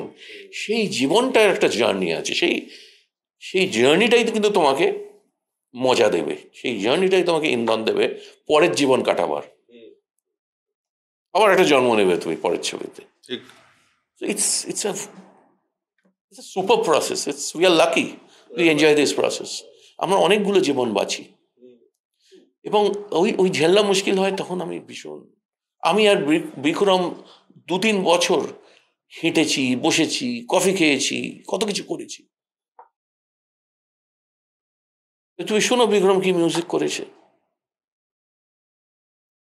এবার এটা হয়, এটা একটা সিম্বায়োটিক রিলেশনশিপ হয়, এটা বুঝতে পেরে যাও। আমার মনে হয় তোমার যে ভিশনটা আছে, সেই ভিশনটা যাতে সবার কাছে অতটাই পরিষ্কার হয়ে যায়, যাতে সবাই ওই একই ছবিটা দেখতে পায়, আমার মনে হয় সেটাই কি প্রধান কারণ হয় এই জিনিসটার। মনে হয় সেটা অন্যরা বলে, বুঝে যাই ব্যাপারটা। হ্যাঁ, কারণ তুমি তো, আমার মনে হয় দেখো, যে কোনো মানুষের, আমার ছবির ক্ষেত্রে আমি একটা রিসেন্টলি একটা কাজ করলাম, সেখানে আমি একজনকে কাস্ট করলাম। তো কাস্ট করার পর আমি বুঝতে পারলাম যে আমার মতো উত্তেজিত না, আমার বাকি পুরো টিমের মতো এক্সাইটেড না, তাহলে হবে না। আমার না সবাইকে অতটা এক্সাইটেড হতে হবে, অ্যাবসলিউটলি, না তো হয় না, না হলে হবে না। সবার বেবি তো, হ্যাঁ, এটা তো আমরা সবাই মিলে একটা বেবি বানাচ্ছি। কারেক্ট। অনুভা একটা ছোট রোল বলেছিলাম, সে রাজি হলো, ফ্যাসিনেটিং অ্যাক্টর, যে জিনিসটা করলো দুর্দান্ত। বিশ্বজিৎ দা, সোনালি, ছোট ছোট রোল। আমার বন্ধু পদ্মপ্রিয়া, আয়না, ছোট রোল করো না, দেখো তুমি। সায়ন, চন্দন চলে এলো। চন্দন আমি তো মানে ফোন করে বলে, প্রফেশন আছে না হচ্ছে স্মল ফিল্ম জবানন্দা দিয়া অবশ্যই আমরা এই করে হুজ্জুতি করি, চলে এলো। তো ওই যে everybody has to B excited, সেখানে অন্য কিচ্ছু এসে যায়, জাস্ট ক্রিয়েশনের মজা। জীবনে প্রচুর মানুষ নিশ্চয়ই এসছে তোমার জীবনে, প্রচুর মানুষ। এরকম যদি তোমায় জিজ্ঞেস করা যায় জীবনে, মানে আমি বলছি তুমি পার্সোনালি চেনো হতে পারে, বা পৃথিবীর যে কোনো মানুষই হতে পারে, এরকম যদি তোমায় জিজ্ঞেস করা হয় 3 জন মানুষের নাম বলো যারা তোমাকে সব খুব বেশি ইন্সপায়ার করেছে, তুমি কি বলতে পারবে? মানে তুমি কি মানে did you go through that process? এটা হ্যাঁ, অফকোর্স আমার টিচার সোমেশ দাশগুপ্ত, আমার স্কুল কবিতা আন্টি, ইউনো, তারা সাংঘাতিক ইন্সপায়ার করেছে। মানে সময় স্যার বলে, তোর পড়াশোনাটা হবে না, বুধবার করে একটা করে কবিতা লিখতে হবে। এমনি বেশ কিছু মানুষ বিভিন্ন সময়ে আমার জীবনে এসেছে, and they have really inspired. এখন আমি তখন বুঝতে পারতাম না। মার কথা, দুটো কথা বলতেন, তখন পাত্তাই দিতাম না, টেকেন ফর গ্রান্টেড। এখন কিন্তু ওই কথাগুলো কি হয়, তোমার ভেতরে ঢুকে যায়। তো তুমি হয়তো বুঝতে পারছো না, আমার ব্রেনের মধ্যে ঢুকে গেছে। মা দুটো কথা বলতেন, আনন্দ কর। It's so important. If you don't enjoy, you can't produce. ভালো লাগছে না করে তুই কি করবে? সন্তান করবে, সিনেমা বানাবে, বই লিখবে, রান্না করবে, আনহ্যাপি নিয়ে কিছু করা যায় না। তো আনন্দ কর, এনজয়, এটা আমাকে বলতেন। আরেকটা জিনিস বলতেন, অনুভূতি। বুঝলি, অনুভূতিটাই আসল, পয়সা করি কিছু না, সব অনেকের হয়। এবার তুমি দেখো না, তোমার প্রচুর পয়সা, অনুভূতি নেই। বুঝতেই পারছো না, আনন্দ পাচ্ছ না, রাগ হচ্ছে না, দুঃখ হচ্ছে না, ভালোবাসতে পারছো না, সব আছে। তো অনেক জিনিস এখন মনে হয় দুর্দান্ত, কি করেছি আমি, তার কথাগুলো কেন শুনিনি, কিন্তু সেগুলো আমরা লাকি, সেই কথাগুলো আমাদের অনেক বন্ধু বান্ধব আছে, তাদের থেকে it's a exchange of energy. Energy কিন্তু একজন না, অনেকের, তুমি তিনজন নামে অনেকের নাম বলতে পারি। আমি তখন ক্যালিফোর্নিয়ায় ছিলাম যখন মাইকেল জ্যাকসন মারা গিয়েছিলেন, তখন ওর ফটোগ্রাফি, ওর নানা রকম জিনিস ডকুমেন্টারি দেখানো হচ্ছিল। তো ও দেখছিলাম শোয়ের আগে গোল করে এমনি এমনি করছে, সবাই মিলে এমনি এমনি করছে, করছেটা কি? তো একজন ভদ্রমহিলা ছিলেন, উনি বয়স্ক, 77 ইয়ার ওল্ড, সে খুব পুরনো ওল্ড, নিউ ইয়র্কে থাকতেন, জ্যাজ প্রডিউস করতেন jazz music. What is this? You don't know, you don't do this. No. Everybody is giving their best energy to everyone. What a line. This is it. তুমি ডকুমেন্টারিটায় আছে, সবাই গোল হয়ে এইটা করছে। চিন্তা করো তো কি জিনিস করছো তুমি। আমি আমার ভালো এনার্জি তোমায় দিচ্ছি, তুমি আমার ভালো এনার্জি আমায় দিচ্ছি, দুনিয়াটা তো অন্যরকম হয়ে যাবে। সত্যি তাই।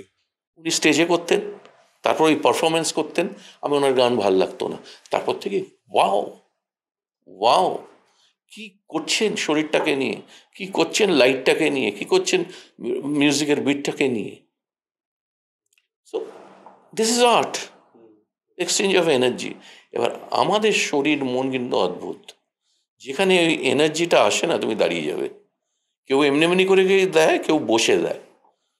I love to take that energy, I love to give that energy. ওই এক্সচেঞ্জটা ইজ ভেরি ইম্পর্টেন্ট। তুমি কোথায় আছো, কার সাথে মিশছো, নেগেটিভ এনার্জি হলেই গন্ডগোল। আর আমরা তো একটু হিংসুটে মানুষ, একটু প্রবলেম হয়, ক্রাইসিস হয়, পজিটিভ হয়ে যায়, এই চাই, ওই চাই, সেই চাই। তার মধ্যে এনার্জির খেলাটা হলে অন্যরকম।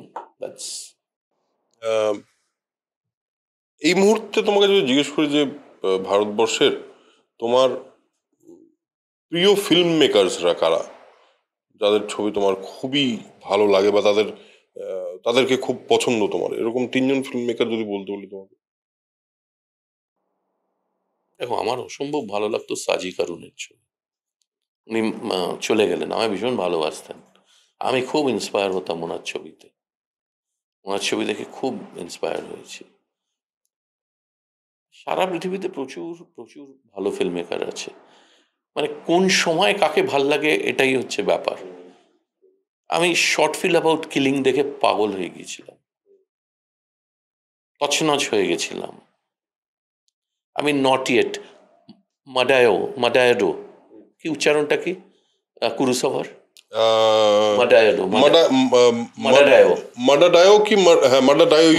হ্যাঁ, উচ্চারণটা নট ইয়েট, যার ইংরেজি অনুবাদ, দেখে মাথা খারাপ হয়ে গেছিল। চিলড্রেন্স অফ হেভেন থেকে বুকটা কিরকম হয়ে গিয়েছিল। এক একটা সময় এক একটা, লাস্ট একটা ছোট কোরিয়ান ছবি দেখলাম, কোরিয়ান হলিউড, পাস্ট লাইফ, কি যে সুন্দর লাগলো। মঞ্জুমাল বয়েজ দেখে দারুণ মজা পেলাম। আরে বন্ডিং, ভালোবাসা, কনফিডেন্স, স্ট্রেংথ, ঠিক, হোল্ডিং হ্যান্ডস। তো এটা কিন্তু মানে 1, 2, 3 মধ্যে আবদ্ধ রাখা যায় না। আমি ভার্জিন স্প্রিং থেকে মাথা উল্টে গিয়েছিল, ক্লাস 10-এ দেখেছিলাম, সাউথ পয়েন্ট স্কুলে বার্গম্যান ফেস্টিভ্যাল হয়েছিল। তখন ভিজুয়াল কাকে বলে, আমি ফ্যানিয়ান আলেকজান্ডার, তার লাইটিং দেখে ওয়াও, এটা কি হচ্ছে।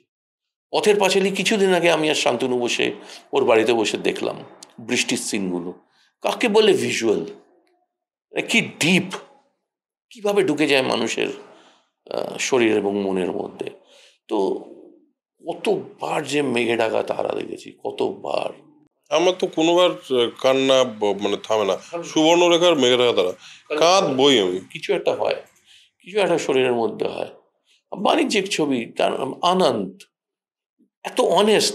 আরে আমি তোমায় বলছি, আমার একবার আনতানি, হ্যাঁ, তুমি যখন দেখবে, যখন মানে এটা জীবনেও আমাদের হয়, আমি তো ওটা জীবনে নিয়ে নিয়েছি, less is more. Mister Bachchan বলছেন যে বিনোদ খান্নাকে, তুমি আমাকে অনেকবার মেরেছো, আমি তোমাকে 2টো মেরেছি, সলিড তা না, আমার তো less is more is part of my system নাও।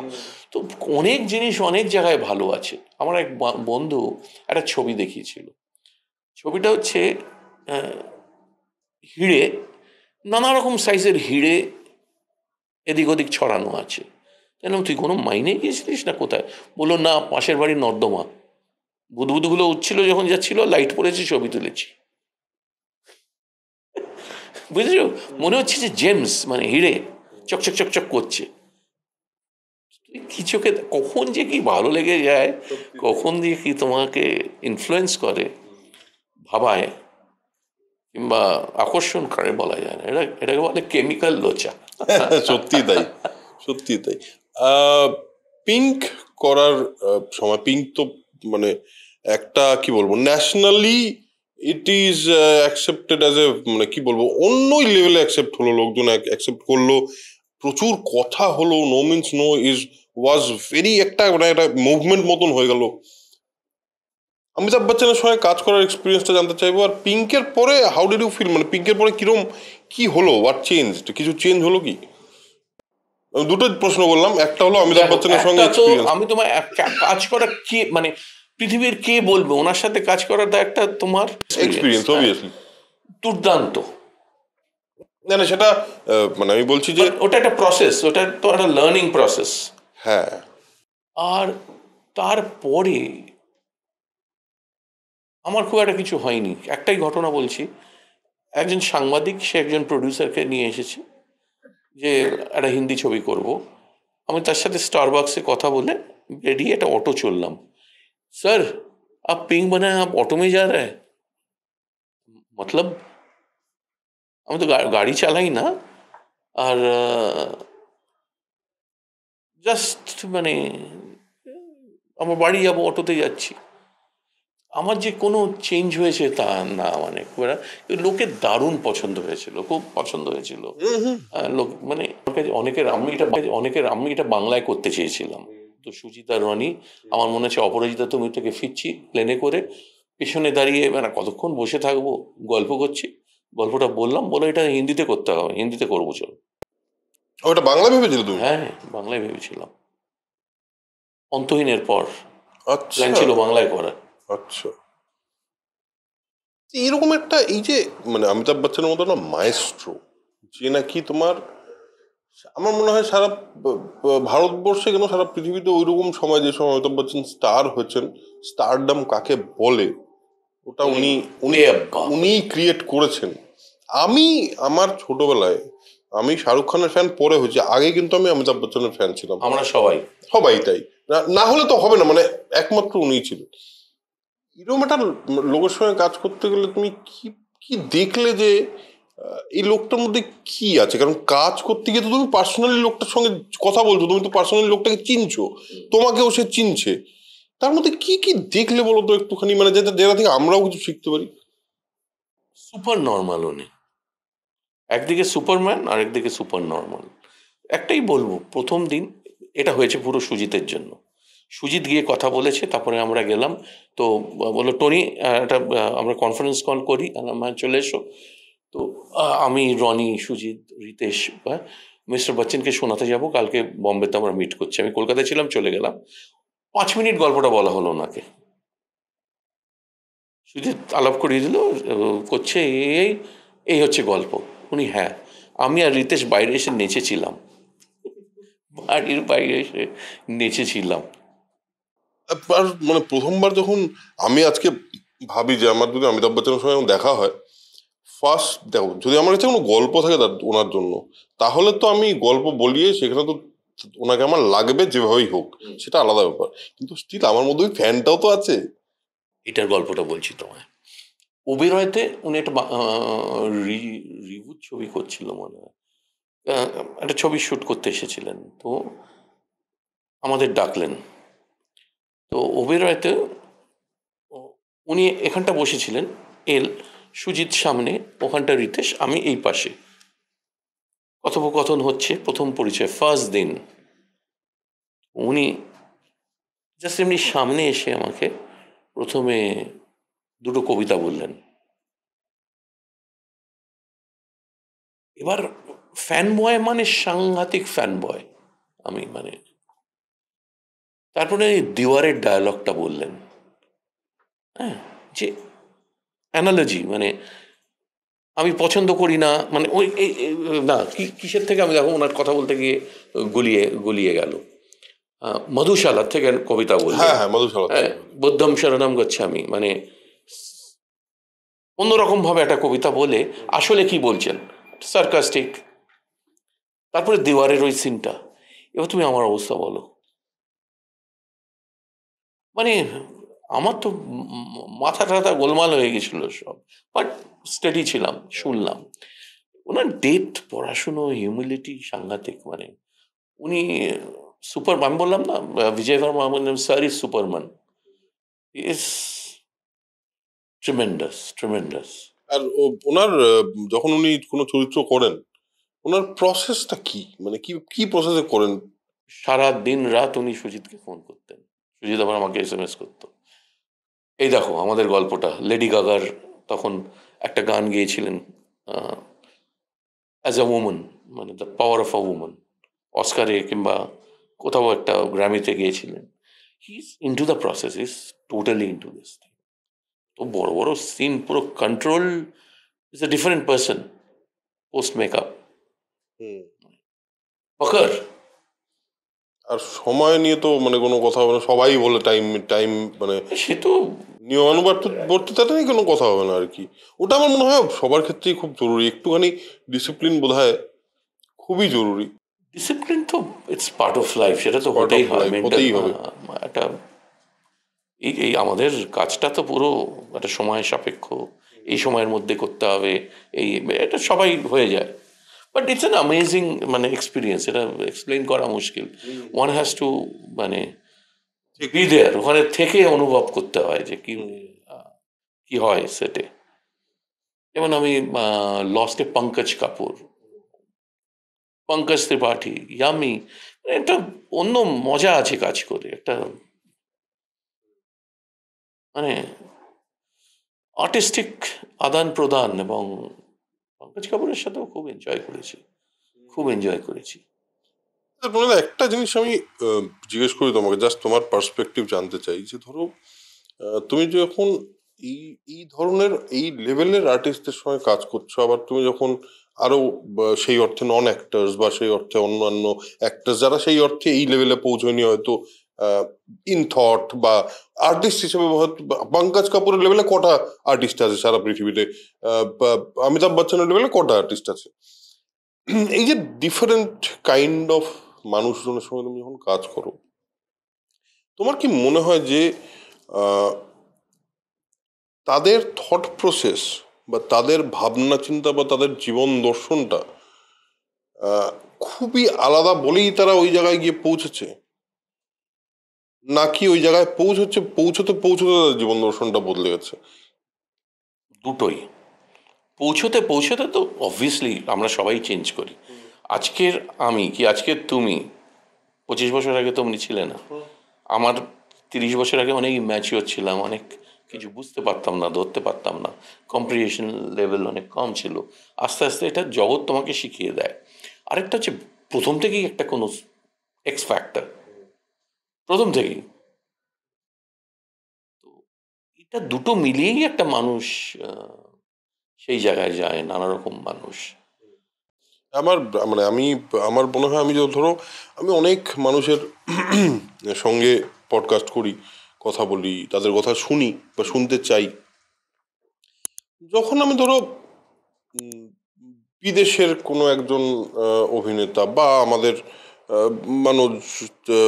মনোজ বাজপেয়ী হোক কিংবা জয়দীপ আলাওয়াত হোক এই মুহূর্তের, বা পঙ্কজ কাপুর হোক বা নাসিরুদ্দিন শাহ হোক, এনাদের ইন্টারভিউ যখন শুনি, আমার মনে হয় যে এরা না এটা অন্য জায়গা থেকে ভাবছে, সারা পৃথিবীটাকে অন্য জায়গা থেকে দেখছে।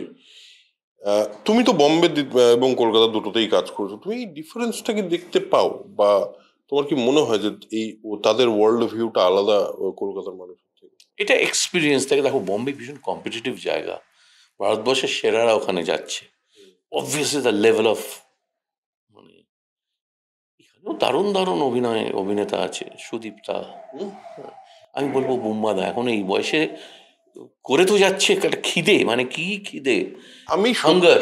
কালকেই একজনের সঙ্গে কথা হচ্ছিল বুম্বাদার ব্যাপারে, আমি বলি বুম্বাদাকে আমি সত্যি যদি বুম্বাদার সঙ্গে এপিসোড আমি জিজ্ঞেস করবো, বুম্বাদা তুমি সারা জীবন এত কিছু করার পর এখনো কি খুঁজছো? অসম্ভব খিদে, খুঁজেই যাচ্ছে লোকটাই, খোঁজটা ইম্পর্টেন্ট, সবাই ওখানে খুঁজছে। पंकज का बोलो बेटा ये मेरा कैरियर में ये সৌমি মিত্রকে জিজ্ঞেস করো, সৌমি মিত্র বললো এখনো উনি ক্যারিয়ারের কথা বলছেন। Hungry hungry hungry hunger, hunger তোমাকে ইয়ে করে দেবে। এখানেও আছে ভালো। এবার কি প্রবলেম হচ্ছে, আমাদের রেগুলার ভালো ছবি করতে হবে, একটু বাণিজ্যিক ভালো হলে আর একটু, এমনকি অনেক কাজ করতে হয় এখানে থাকলে, অনেক কাজ করতে হয়, যেই এভাবে তুমি আরো মজবে মজানোটা ব্যাপার। সাউথে এখন মানে আমি দু একজন অ্যাক্টর তার সাথে কথা চলছে, কথা হয়, কিভাবে দেখে, কিভাবে মজায় আর কি, ম্যারিনেশন। বিজয় সেতুপতি অন্য জায়গায় নিয়ে চলে গেছে অ্যাক্টিংটা। সত্যি তাই, সত্যি very interesting things are happening. তুমি এই বাংলায় তো কাজ করছো এবং বাংলায় কাজ তোমার রিলিজ হচ্ছে, তোমার যদি আমি তোমাকে জিজ্ঞেস করি এই মুহূর্তে, তুমি তো যখন থেকে শুরু করেছো তুমি তো একটা পুরো একটা যুগ দেখেছো, মানে you are also a part of that যুগ। সেখানে তোমার মতো পরিচালকরা এসছে, তারপর আরো ভালো ভালো পরিচালক এসছে, আরো অনেক রকম ছবি হচ্ছে, এবং ফাইনালি আজকের দিনে দাঁড়িয়ে অনেকেই বলে যে বাংলা ইন্ডাস্ট্রির অবস্থা অতটা ভালো নয়। হাউ ডু সি দিস, মানে তোমার কি মনে হয় কি অবস্থায় আছি আমরা? আমার মনে হয় আর একটু মন দিয়ে ছবি বানানো উচিত। কিন্তু আমি কয়েকদিন আগে গৃহযুদ্ধ বলছি, আমার ফেভারিট ছবি গৃহযুদ্ধ, নামটা বেরিয়ে গেল, গৃহপ্রবেশ দেখলাম, দারুণ, কি সুন্দর লাগলো। একটা ছিমছাম বাণিজ্যিক, অথচ একটা মন আছে, একটা অসম্ভব যত্ন আছে, বিউটিফুল। আমি তো একটা গান, মনেরও যখন মন খারাপ হয়, ওই কনসেপ্টে একটা গান আছে, সারা রাত ধরে শুনছি। তো হচ্ছে না কেন, হবে। মানে ভালো ভালো ছবি তো করলেই হবে, আমাদের লেগে থাকতে হবে। এবং দর্শক কিন্তু, আমি যেদিন গেছিলাম ফুল ছিল, আমার সঙ্গে একজনের বেট হয়েছিল যে আমাকে বললো তোদের বাংলা ছবি আর দেখবো না। বললাম যাও, আমি টিকিট কেটে যাচ্ছি, আর যদি ভালো লাগে ডাবল পয়সা আমাকে ফেরত দেবে। তো আমি টিকিটটা কাটিনি, দেখে বললাম আমি বেটে হেরে গেছি। দ্যাট ইজ দ্য প্রাপ্তি। একদম, আমি ইন্দ্রদেবকে ফোন করে বললাম তো, দেখো ভালো লাগলে ভালো জিনিস কেন ভালো লাগবে না বলো? ঠিক, একদমই তাই।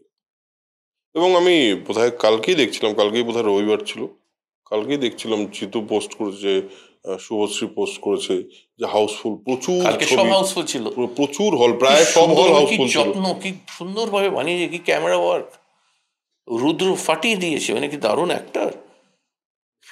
আই মিন শুভশ্রীকে কি সুন্দর, একটা যত্ন আছে কাজের। তো হবে, কিন্তু এটা তোমার তো রোজ তুমি এক্সপেক্ট করতেও পারো না যে সব ছবি হবে, but we have to keep on trying, we have to keep on doing experiments. Experiment করতে করতে একটা হবে, দুটো হবে, তিনটে হবে, চারটে হবে, দর্শক চলে আসবে। দর্শক বসে আছে, দর্শক আছে, কেন দেখবে না? তোমার একটা অদ্ভুত প্রশ্ন করি তুমি, সেটা হলো, ধরো অনেকে, এই কথাটা আমার সঙ্গে অনেকের হয়েছে, প্রীতিময়দা একটা লেখা লিখেছিল ঋতুপর্ণ ঘোষের ওপর। সেখানে তিনি লিখেছিলেন যে ঋতুপর্ণ ঘোষ বাংলা ছবি থেকে একটা দর্শককে ব্রাত্য করে দিয়েছেন, এরকমই বক্তব্য ছিল ওনার। এবং যদি এই যে আরবান সিনেমা এই যখন তৈরি হওয়া শুরু হয়, তুমিও তাদের মধ্যে একজন যারা আরবান সিনেমা, আমি তো আরবান জগৎটাকে বেশি চিনি। হ্যাঁ, এবং শুধু তাই না, তুমি যে ধরনের, মানে তোমার যে ছবির ধরন, সেটাও একটা, অবশ্যই তুমি যেখান থেকে দেখেছো, তুমি যেভাবে দেখেছো সেই গল্পগুলোই বলেছি। এই ব্যাপারটাতে কি, বা তুমি তারপর আস্তে আস্তে আরো বেশ কিছু আরবান ফিল্ম মেকার আসাতে তোমার কি মনে হয় সত্যি যে দর্শকদের আমরা একটুখানি ব্রাত্য করে দিয়েছি? একদমই না। আমরা খুব বোকার মতো আজকাল বলি আরবান, গ্রাম্য। যতগুলো এখানে এখন নতুন অভিনেত্রীরা আছে, অধিকাংশ লোক বাইরে থেকে আসছে, বোম্বেতে আসছে, কেউ হিমাচল থেকে আসছে, কেউ ইটোয়া থেকে আসছে, কেউ এলাহাবাদ থেকে আসছে, কেউ হায়দ্রাবাদের গ্রাম থেকে আসছে। আমি আমার কিছু কলেজে আমি একটু গল্প করতে চাই বাচ্চাদের সাথে, আমাকে ডাকে, একটু জল পেতে পারি? হ্যাঁ, এবার সেখানে গিয়ে দে আর মাচ মোর মডার্ন। তুমি কি ভাবো গ্রামের লোকেরা কম মডার্ন? না না, একেবারেই নয়। আজকের দিনে যেখানে যে এই গুপি যন্ত্রটা হাতে আছে, এমনি করে টিপবে সব পেয়ে যাবে। ওদের অ্যাসপিরেশন অনেক স্ট্রং, ওদের they are much more deep. I swear আমরা এখনো পড়ে আছি বাংলায় গ্রামের ছবি। আরে গ্রামের ছবি করবো যখন অমনি একটা গল্প পাবো, কিন্তু কোর ইমোশন তো মানুষের সব সব এক। একটা বর্ধমানের লোক যেভাবে কাঁদে, আমি কিংবা নিউ ইয়র্কের মাসিমা সেমভাবে কাঁদে, একেবারেই যেভাবে যাতে মনে দুঃখ হয় তাই। কোর ইমোশন এক। সৎ ছবি বানাতে হবে। শোনো, আমাদের বাড়ি খুব সাধারণ বাড়ি ছিল। সাধারণ বাড়ি মানে আমি বলছি এই আমরা রোজ বাগম্যান দেখতে যাচ্ছি কিংবা ঘটক দেখতে যাচ্ছি এরকম না। আমি সেও সখা, মোহনবাগানের মেয়ে, শিল্পী, এরকম ছবি দেখা। আমাদের বাড়িতে একটা নিয়ম ছিল, সবাই আমরা মাটিতে বসে খেতাম পশ্চিম পুটিয়ারিতে একসাথে। ইভেন আমাদের যে হেল্প ছিল, বাচ্চা মেয়ে, তার নামটা কি ছিল ভুলে গেলাম, চম্পা, সেও আমাদের সাথে বসে খেত। টিভিতে একটা ছবি দেখানো হচ্ছিল, why I was born, Chinese film, অত্যন্ত বড়দের ছবি। তখন আমি কলেজে পড়ি, মানে ফার্স্ট ইয়ার কি 12-এ পড়ি। তুমি একটু গুগল করো, ছবিটা হচ্ছে একটি সংসারে হাজব্যান্ড ওয়াইফের ঝামেলায় ডিসফাংশনাল ফ্যামিলি হয়ে গেছে, এবং বাচ্চাটার কাছে, থ্যাংক ইউ, বাচ্চাটার কাছে একটা ডাক আছে, রেগে গিয়ে ওই হাঁসটাকেও মারছে। It's a very complex story. সবাই এঁটো হাতে পুরো ছবি শেষ করে উঠল। আমার জীবনের ঘটনা, বাবা, মা, বোন, চম্পা, আমি। এটা যদি তোমার মানে টাচ করলে তো টাচ করবে। তুমি একটা দারুণ হাওয়া দিল, তুমি ইন্টেলেকচুয়াল, ইতিহাস আর সাহিত্যে অনার্স, আমি বিকম পাস, বুদ্ধি কম। উনি কিছু পড়াশুনো করেননি, উনি ক্লাস 10 অবধি পড়েছেন। উনি ওই হাওয়াটা সবাইকে তো টাচ করবে, বলো? তুমি বেশি জানো বলে তোমায় কম বেশি টাচ করলো। হ্যাঁ, আমি অক্সফোর্ড থেকে ইংরেজি পড়ে এসেছি, আমাকে আরেকটু বেশি টাচ করলো। এবার ভালো জিনিস হলে টাচ করবে না, হয় নাকি? টাচ করবে। আর আজকের দিনে টুডে কোনো এগুলোর বিভেদ নেই। এবার আমি যদি কালকে, আমার পুরো জীবনটা এখানে কেটেছে, এবার একটা গল্প পেলাম, আমি তো করেছি বুনো হাঁস, সেটা ঠিক ছবি করতে হবে, মানে সেরকম ছবি করতে হবে। আজকে আমরা গ্রামকে আলাদা করে দিচ্ছি। আমার মনে হয় গ্রাম অনেক বেশি উন্নত, অনেক বেশি রুটেড, অনেক বেশি। আমি যেই বি টাউন কিংবা মানে টায়ার 2, টায়ার 3 কাজ করছে ওরা, ওদের ফটোগ্রাফি দেখো না। আমি কয়েকদিন আগে পারুল ইউনিভার্সিটিতে গিয়েছিলাম, মানে 2 টায়ার 3 টায়ার ফটোগ্রাফি দেখো, ওদের ছবি তোলা ফ্রেমগুলো দেখো, কি আর্টিস্টিক, একটা অন্য পার্সপেক্টিভ, দুর্দান্ত। তো আমি গ্রামকে ছোট করতে পারবো না। গ্রামের ছবি মানে সাধারণ ছবি করব, সেই যুগ চলে গেছে। They are also very very evolved. আমি তো বলবো শহর কেন্দ্রিক লোকেরা একটা গণ্ডির মধ্যে আটকে গেছে, ব্যান্ডার বাইরে বেরোচ্ছে না। You get my point? মানে তো আমার কাছে সেই বিভেদটা নেই। ছবি ছবি, দিলওয়ালে দুলহানিয়া লে যায়েঙ্গে কোন গ্রামের ছবি? ও তো লন্ডনে। একেবারেই গ্রামের ছবি নয়, আমি সেটা মানে একেবারেই ঠিক। তুমি যে গল্প তো আলটিমেটলি গল্প, ওর ইমোশনে এ করতে হবে, টাচ করতে হবে। আমার আকবর আন্থানি তো পুরোটা শহরেই হয়েছিল নাকি? জঞ্জির শহরে হয়েছিল, খুবসুরত, পুরোটা তো বম্বের গল্প। মানে এটা আমি মাঝে মাঝে গুলিয়ে যাই। সবাই বলে এরা কারা? আমরাই এরকম গ্লাসে স্কচ খাচ্ছি, এরকম কাপে কফি খাচ্ছি, ড্যাভিডভ, আমরাই। তো অনুভূতি, I mean we have to be true, we have to be honest. আর গ্রামের মানুষদের আমি অনেক শ্রদ্ধা করি, তা অনেক ডেপথ বেশি। অ্যাটমসফিয়ার থেকে ওরা তো নলেজ নেন, আর অনেক রুটেড, পা মাটিতে থাকছে। ঠিক আছে, আমরা দেখি না। এবার সব জিনিস তো সবার জন্য না। That's true. তুমি সন্দেশ খেতে ভালোবাসো, আমার নিমকি খেতে ভালো লাগে। তুমি দৌড়ে গিয়ে সন্দেশ খেয়ে আসবে, আমি দৌড়ে গিয়ে নিমকি খেয়ে আসবো। তোমার বই ভাল লাগে, আমার মিউজিক ভাল লাগে। তোমার ফিল্ম ভাল লাগে, আমার তর্ক ভাল লাগে। All about your choice. একদমই তাই। আমরা একটা হয়ে গেছি যে এখন 500 কোটি 800 কোটি এর মধ্যে ঢুকে গেছি। একটা ছবি বানাবো ভাই, সেটা কিছু লোক দেখবে, যেমন আগে ছিল এই ছবিটা ভালো। আমরা কখন একটা সিলভার জুবলি হলো, এখন এই টাকা দিয়ে সব বিচার হয়, সব ছবি চলতে হবে, সব ছবি সবার ভালো লাগতে হবে, এটা হয়। তোমার সব জিনিস ভালো লাগবে অসম্ভব, হতেই পারে না। এবার আমার কিছু ভাল লাগলো, তোমার ভাল লাগবে না, তুমি সেটাকে বলবে টনিদা তুমি ভুল, এটা বলতে পারো তুমি? অসম্ভব। না, আমি তোমায় বলবো তুমি ভুল, তোমার ওইটা ভালো লাগছে। কোনোদিন বলা যায় না এটা। চয়েস, সবকিছুর একটা ছোট ছোট ছোট জায়গা আছে। বুদ্ধদার কালপুরুষ দেখেছিলাম, পাগল হয়ে গেছিলাম কেঁদে, ওনাকে ফোন করেছিলাম যে আমি একটা চান্স পেলাম না আমার মা বাবাকে যা খেতে চেয়েন, যা যেইভাবে আমি এখন আমার কাছে 2 পয়সা এসেছে, আজকে অ্যাড ফিল্ম করে আমি তাদের একদিন গিয়ে রেস্টুরেন্টে খাওয়াতে পারি। পাগল হয়ে গেছি ভাই, পাগল হয়ে গেছি, পাচ্ছি না থাকতে। আমি সেই সুযোগটা পেলাম না। তোমার তো আনন্দ, তোমার বাবা মা কিংবা তোমার অফস্প্রিং তাদের একটু আনন্দ দিলে, আনন্দ ভাগ করাই যে আনন্দ, সেই আনন্দ কিন্তু পাওয়া যায় না। কি তোমার বন্ধু কিংবা সমাজ, আনন্দটা ভাগ করলে তুমি একটা অন্য আনন্দ পাও, সেটা তো করতেই পারিনি।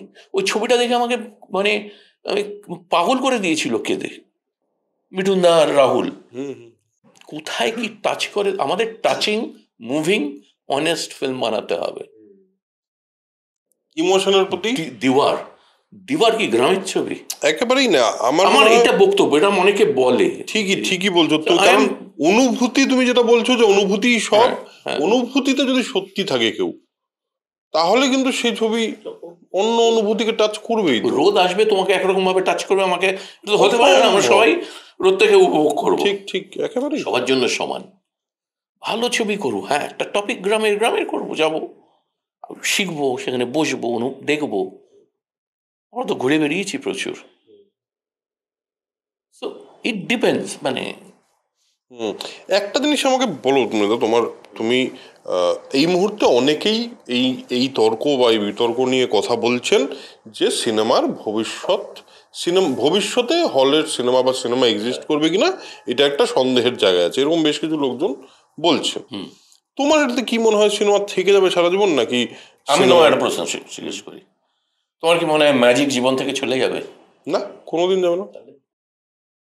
অন্ধকার ঘরে গেছো, তা খুলে যাচ্ছে, তো একটা জিনিস দেখি, সব সাইকেল, আসে যায়, এমনি করে যায়, তলানিতে যায়, আবার আসে। বই পড়া একটা সময় বলেছিল চলে গেছে, হ্যারি পটার দেখলাম তো সব লাইন দিয়ে বই পড়ছে। কি করে তুমি আনন্দ পাও টিভিতে দেখে?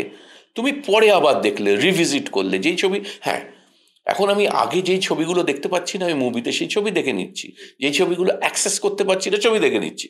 ম্যাজিক কি করে যাবে?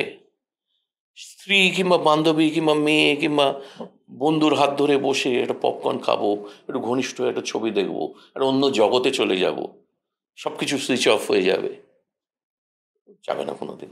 I don't think so. তাহলে হিট হতো না ভালো ছবিগুলো। হিট হচ্ছে তো, এটা আমারও বিশ্বাস। তাই গৃহপ্রবেশ তো হিট যাচ্ছে এখন। কালকে তো সব শো হাউসফুল গেছে। আমির খানের নতুন ছবি তো হাউসফুল গেছে। তাহলে যাচ্ছে কেন? বস সেম জিনিস রিপিটার করবে না, কারণ মানুষের সময় চলে গেছে, সময় কমে গেছে। আগে সিনেমা ছাড়া আর কোনো এন্টারটেনমেন্ট ছিল না। যাই হতো আমি যেতাম। এখন তোমার কাছে বসে পডকাস্ট শোনার মজা আছে, রিল দেখার মজা আছে। এটা ভয়ানক চ্যালেঞ্জ। মজার জিনিস আমি রাত্রিরে বসে দেখি, হাসতে মানে আমার জাস্ট ডিস্ট্রেস হয়ে যাই। আমি কি করে অস্বীকার করব? আমরা বলতে পারি না তো রিল বাজে, আমাকে তো আনন্দ দিচ্ছে। কিছু একটা জিনিস দেখে আমি আটকে যাচ্ছি। এত জিনিস আছে, so you have to deliver, you have two.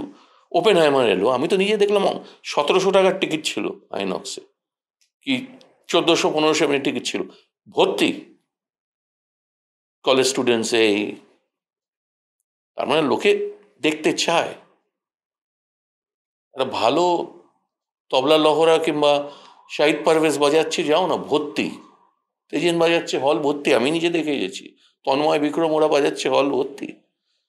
Shantanu Gulzar সাহেবকে নিয়ে একটা প্রোগ্রাম করলেন, ওর 100 Days of না গঙ্গাতে গিয়ে সেখান থেকে গান নিয়ে ফুল ফুল, একটা সিট একটা কোণা নেই।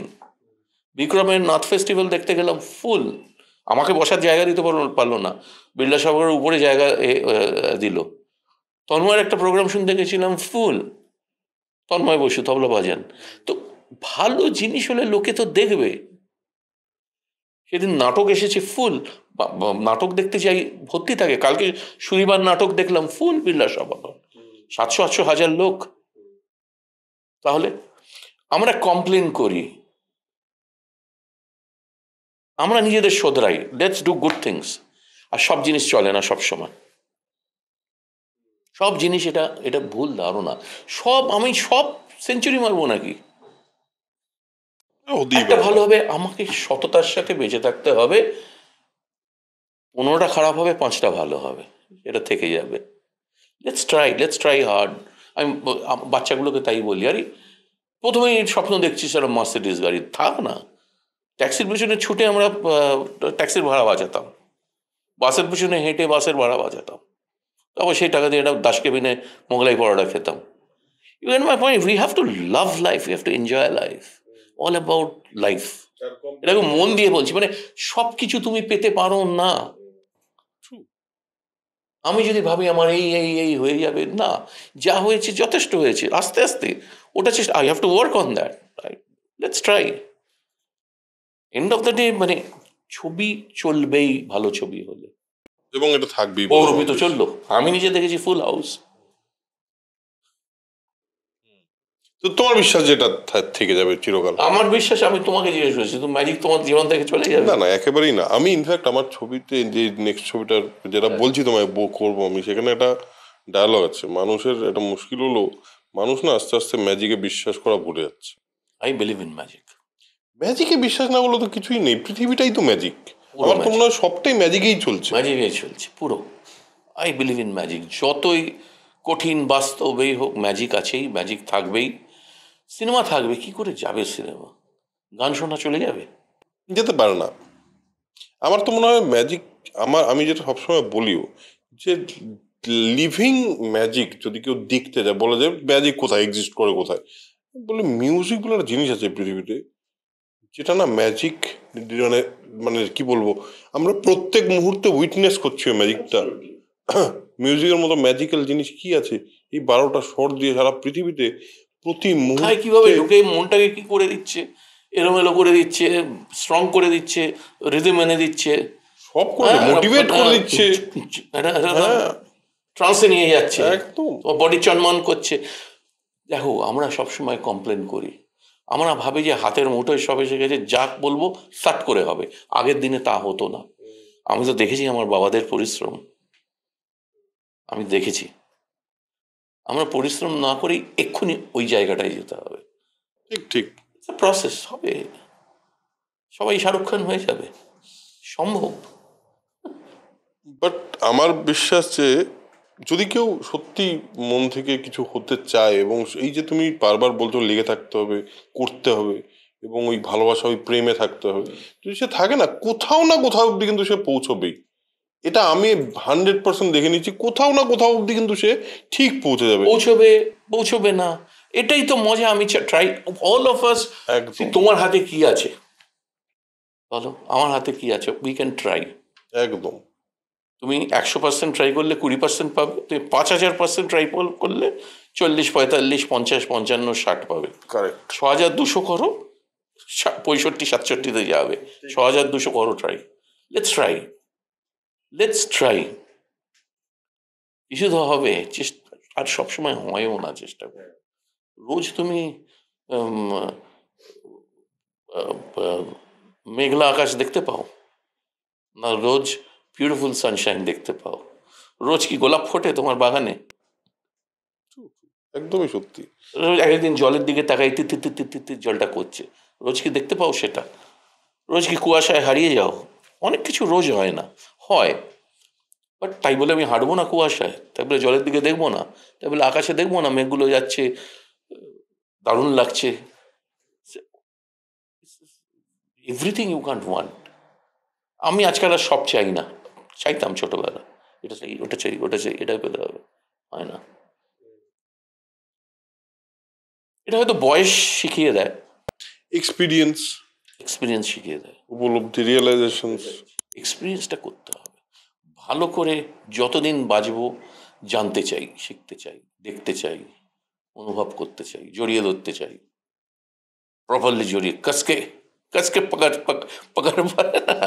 কসকে ধরতে চাই। একটা গান আছে না, আমাদের ক্লিন্ট ইস্টউড ইউজ করেছিলেন, কোন ছবিটা, আমার কি হচ্ছে, শর্ট টাইম অ্যামনেশিয়া হয়ে যাচ্ছে, don't let the old man in.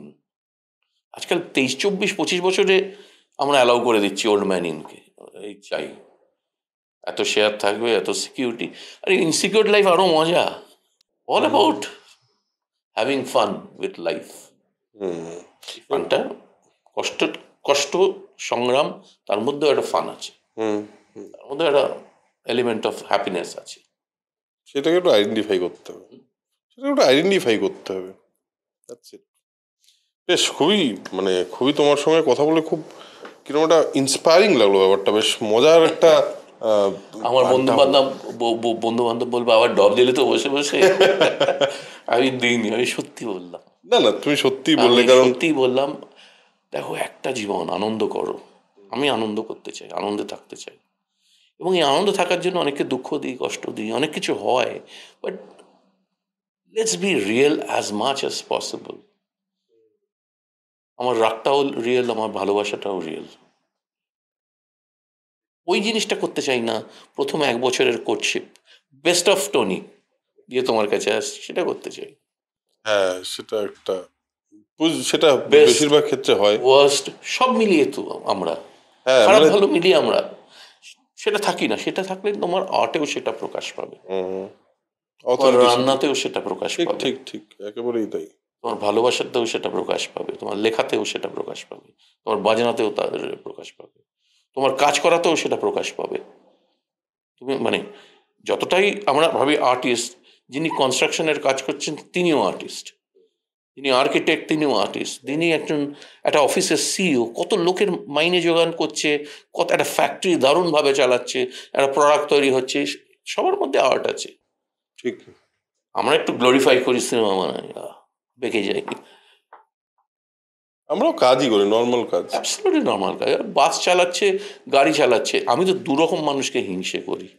আমি যেহেতু গাড়ি চালাতে ভয় লাগে, আমি গাড়ি চালাই না, নানা রকম এক্সপিরিয়েন্স হয়েছিল। যে রান্না করতে পারে, আদারওয়াইজ আমি হিংসে করি না। আমি ইন্সপায়ার হয়ে তোমার থেকে বেটার করার চেষ্টা করবো, হিংসে করবো না। যে রান্না করতে পারে আমার বহুত হিংসে হয়।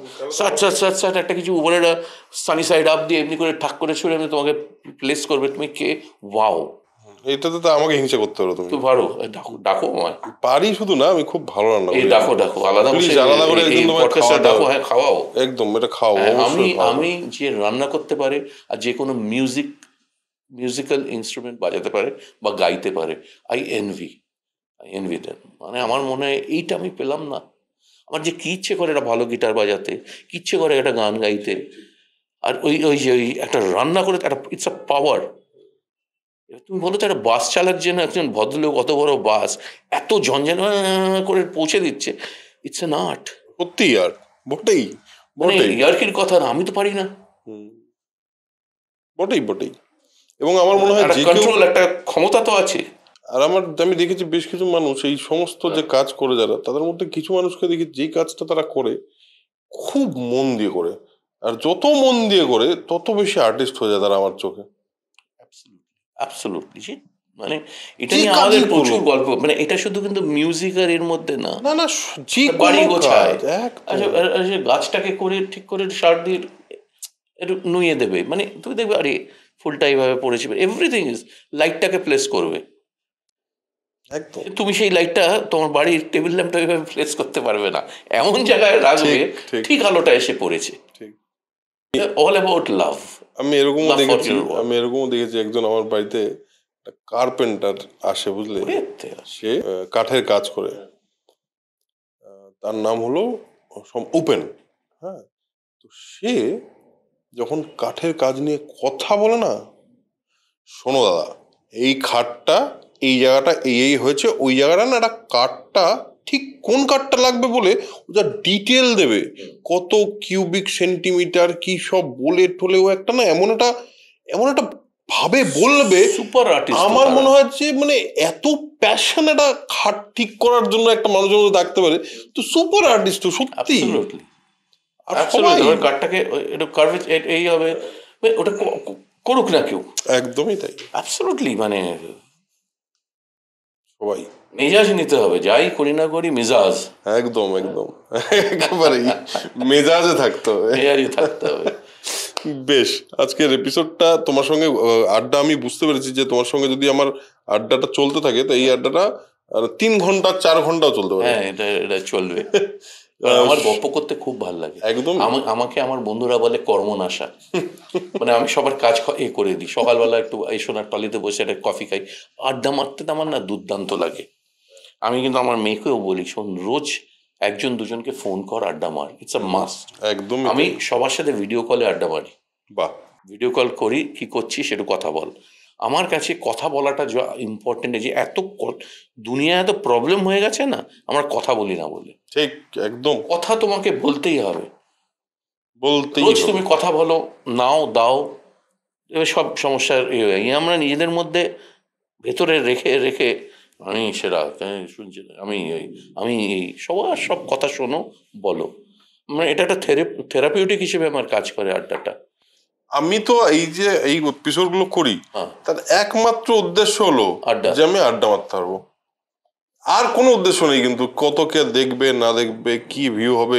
ব্রিদিং আর মেডিটেশন ক্লাসে গিয়েছিলাম, তারা বলেছিল যে তুমি রোজ অ্যাটলিস্ট 2-3 বছর কারোর সাথে কথা বলেনি, তাকে একটা ফোনটা তুলে ফোন করো। আজকে আমাকে একজন ফোন করেছে, সে প্রায় 10-15 বছর পরে ফোন করলো। বাহ। কেউ এই মেয়ের কাছে গিয়েছিলাম আমেরিকাতে, 30 বছর পরে এই আমাদের বাড়িতে খেতে হবে, এবং তার সাথে নানা রকম আলোচনা। এই আলোচনা চলুক, আলোচনা চলতেই হবে, তার থেকে দেখা যাক। বেশ, ঠিক আছে তোমার, থ্যাংক ইউ সো মাচ। তোমার সঙ্গে আড্ডাটা জমবে এটা আমি বুঝতে পেরেছিলাম, এটা আমি প্রথম দিনই বুঝতে পেরেছিলাম যেদিন তোমাকে আমি ফোন করলাম। কিন্তু সেটা যে এই ফাইনালি এতটা ইন্সপায়ারিং হবে এবং এতটা কি বল, প্রত্যেকটা আড্ডা থেকে আনন্দই তো চাই আমরা। আমি তো যে কোনো জিনিস থেকে আনন্দই চাই, এই আড্ডাটা থেকে ওই আনন্দটা পেলাম আমি, যেটা। Thank you so much. আমি তোমাকে থ্যাংক ইউ, তুমি বলে প্লাস সুমি আমার খুব কাছের লোক। সুমি বললো তুমি খুব এনজয় করবে ওর সাথে গিয়ে, যদি I hope you enjoyed also. Of course I real, otherwise মানে দেখো, কথোপকথন দুজনের হয়, মানে আমি একা কি কথা বলবো, তুমি বললে আমিও তাই আমার মতো করে বললাম। খারাপ ভালো জানি না, দর্শকের কি লাগবে তাও জানি না, কিন্তু একটা জিনিস আমি জানি, তুমি আশা করি আমাকে ডাকবে আর খাওয়াবে।